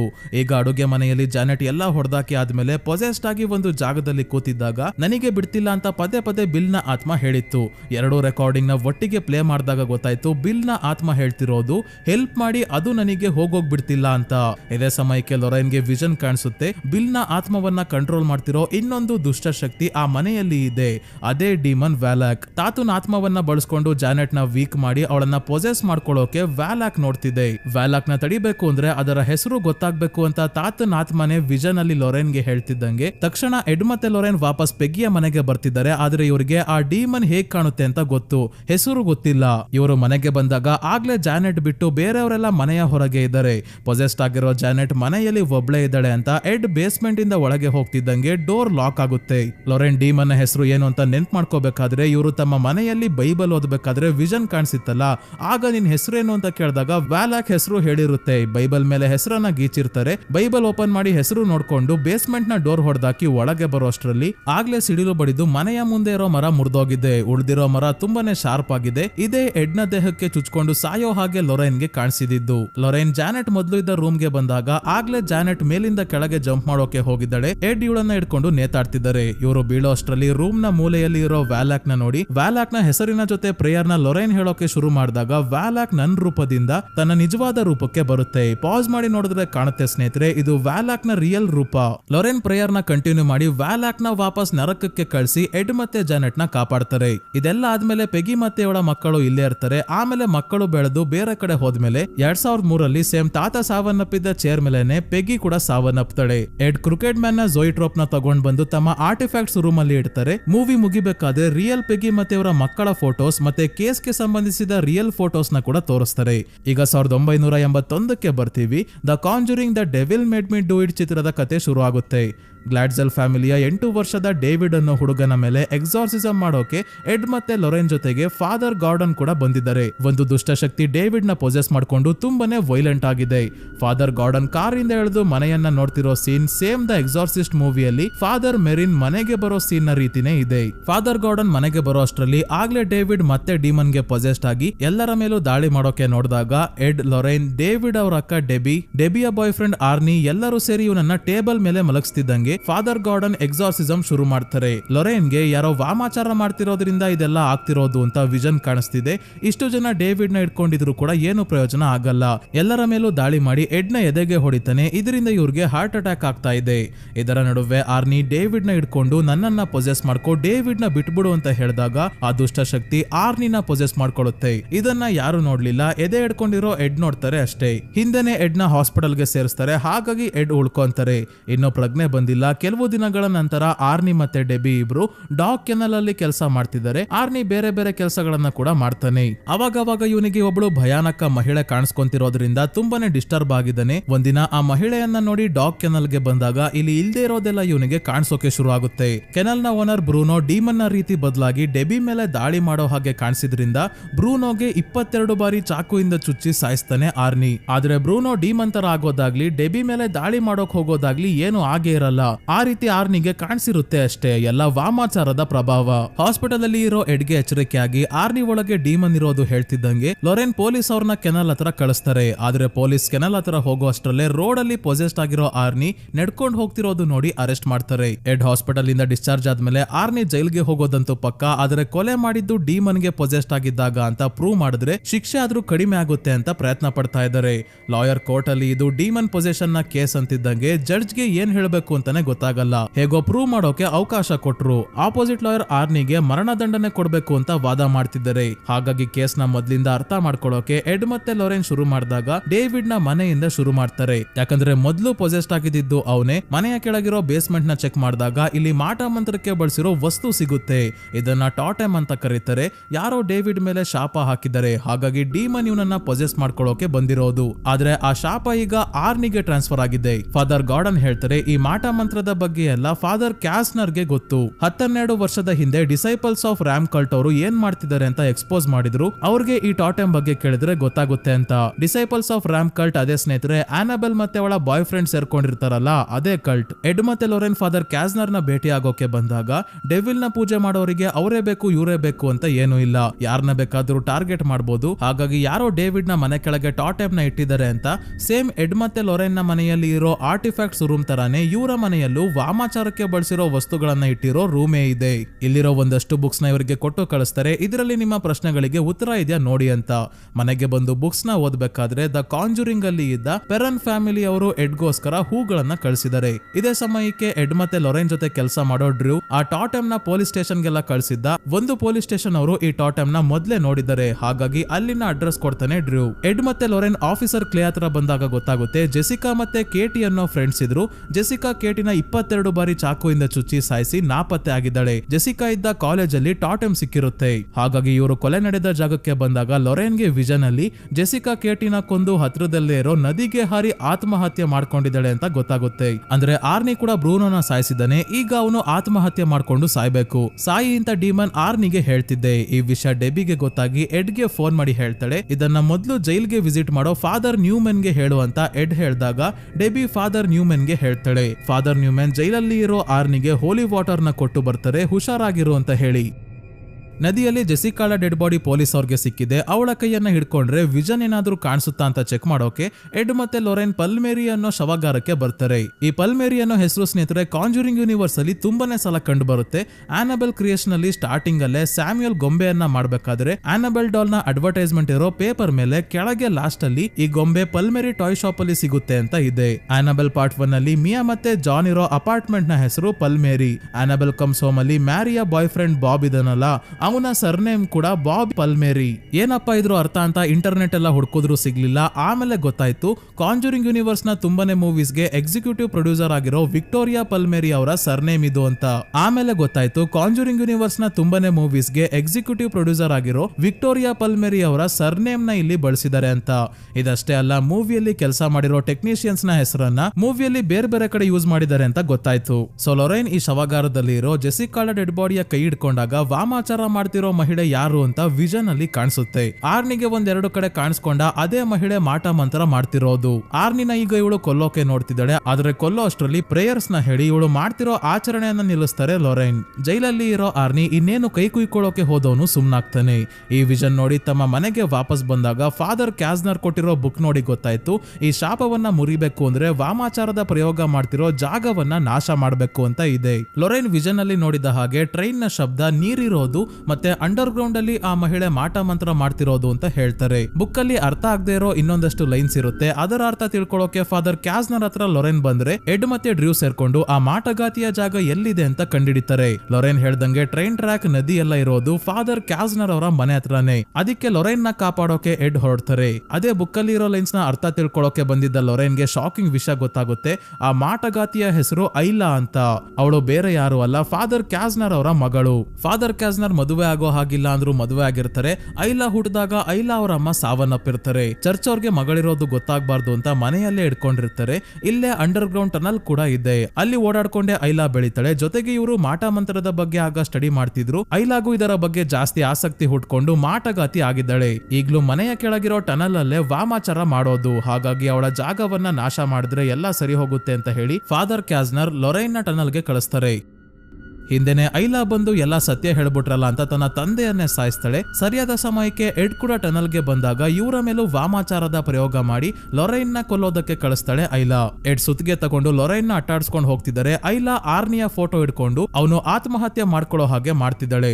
ಆರ್ನಿ ಹತ್ರ ಡೆಬಿ ಮತ್ತೆ ಫಾದರ್ ನ್ಯೂಮ್ಯಾನ್ ಇದ್ರು ಏನು ಮಾಡೋಕಾಗ್ತಿಲ್ಲ. ಗ್ಲಾಸ್ ಪೀಸ್ ಇಂದ ಕತ್ತನ್ನ ಕುಯ್ಕೊಳ್ಳೋಕೆ ಹೋಗ್ತಿದ್ದಾನೆ. ಹೇಗೋ ಲೊರೈನ್ ಎಡ್ಗೆ ತಮ್ಮಿಬ್ಬರ ಹಳೆ ದಿನಗಳನ್ನ ನೆನ್ಪು ಮಾಡಿದಾಗ ಐಲಾಳ ಕಂಟ್ರೋಲ್ ಇಂದ ಹೊರಗೆ ಬಂದು ಎಡ್ ಅವಳು ಮಾಟ ಮಂತ್ರ ಮಾಡ್ತಿರೋ ಸ್ಥಳವನ್ನೇ ಸುತ್ತಿಗೆಯಿಂದ ಹೊಡೆದು ನಾಶ ಮಾಡ್ಬಿಡ್ತಾರೆ. ಹಾಗಾಗಿ ಶಾಪ ಬ್ರೇಕ್ ಆಯ್ತು. ಆರ್ನಿ ಬಚಾವಾದ. ಆದರೆ ಐಲಾಳ ರೂಪದಲ್ಲೇ ಇವಳು ಶಾಪ ಹಾಕಿ ಕರ್ಸಿದ್ದ ಡೀಮನ್ ಬಂದು ಇವಳನ್ನ ತುಂಬಾನೇ ಭಯಾನಕವಾಗಿ ಸಾಯಿಸಿ ಹೋಗುತ್ತೆ. ಯಾಕಂದ್ರೆ ಡೀಮನ್ ನ ಕರ್ಸಿದ ಮೇಲೆ ಅದು ಒಂದಲ್ಲ ಒಂದು ಆತ್ಮ ತಗೊಂಡೇ ಹೋಗೋದು. ಏನಾದ್ರೂ ಎಡವಟ್ಟಾದ್ರೆ ವಾಮಾಚಾರ ಮಾಡ್ದವ್ರಿಗೇನೆ ಬ್ಯಾಕ್ ಫೈರ್ ಆಗುತ್ತೆ. ಅದೇ ಇಲ್ಲಿ ಆಯ್ತು. ಆಮೇಲೆ ಇವಳು ವಾಮಾಚಾರಕ್ಕೆ ಬಳಸಿದ ಒಂದು ವಸ್ತುವನ್ನ ತಮ್ಮ ಆರ್ಟಿಫ್ಯಾಕ್ಟ್ಸ್ ರೂಮ್ ಅಲ್ಲಿ ಇಡ್ತಾರೆ. ಏನೇನ್ ಸಾಕ್ಷಿ ಸಿಕ್ತೋ ಅದನ್ನ ಕೋರ್ಟ್ಗೆ ಕೊಟ್ಟಾದ್ಮೇಲೆ ಆರ್ನಿಗೆ ಶಿಕ್ಷೆ ಕಡಿಮೆ ಆಗುತ್ತೆ. 5 ವರ್ಷ ಜೈಲಲ್ಲಿ ಕಳೀತಾನೆ. ಜೈಲಲ್ಲಿ ಇದ್ದಾಗ್ಲೇ ಡೆಬಿ ಜೊತೆ ಮದುವೆ ಆದವನು ಇವತ್ತಿಗೂ ಇಬ್ರು ಜೊತೆಯಲ್ಲೇ ಇದ್ದಾರೆ. ನಂತರ ಈ ಕೇಸ್ಗೆ ಸಂಬಂಧಿಸಿದ ರಿಯಲ್ ಫೋಟೋಸ್ ನ ತೋರಿಸ್ತಾರೆ. ರಿಯಲ್ ಆರ್ನಿ, ಡೆಬಿ, ಎಡ್ ಮತ್ತೆ ಲೊರೈನ್ ಎಲ್ಲರೂ. ಜೊತೆಗೆ ಡೇವಿಡ್ ಪೊಸೆಸ್ಡ್ ಆಗಿದ್ದಾಗ ರೆಕಾರ್ಡ್ ಮಾಡಿರೋ ರಿಯಲ್ ಆಡಿಯೋ ಕೂಡ ಪ್ಲೇ ಮಾಡ್ತಾರೆ. ಮುಂದೆ ಸ್ನೇಹಿತರೆ ಕಾಂಜೂರಿಂಗ್ ಯೂನಿವರ್ಸ್ ನ ಕೊನೆ movie the Conjuring last rites movie ಬರುತ್ತೆ. ಆ ಮೂವಿಯ ಬಗ್ಗೆ ಸಪರೇಟ್ ಆಗಿ ವಿಡಿಯೋ ಮಾಡಿ ಡೀಟೇಲ್ ಆಗಿ ಎಕ್ಸ್ಪ್ಲೈನ್ ಮಾಡ್ತೀನಿ ಸ್ನೇಹಿತರೆ. ಸೊ ಈ ವಿಡಿಯೋ ನಿಮ್ಗೆ ಹೇಗೆ ಅನಿಸ್ತು ಅಂತ ಕಮೆಂಟ್ ಮಾಡಿ ತಿಳಿಸಿ. ವಿಡಿಯೋ ಇಷ್ಟ ಆಗಿದ್ರೆ ಲೈಕ್ ಮಾಡಿ, ಚಾನಲ್ಗೆ ಸಬ್ಸ್ಕ್ರೈಬ್ ಆಗೋದ್ರ ಜೊತೆಗೆ ಹೈಪ್ ಕೂಡ ಮಾಡಿ ಸ್ನೇಹಿತರೆ.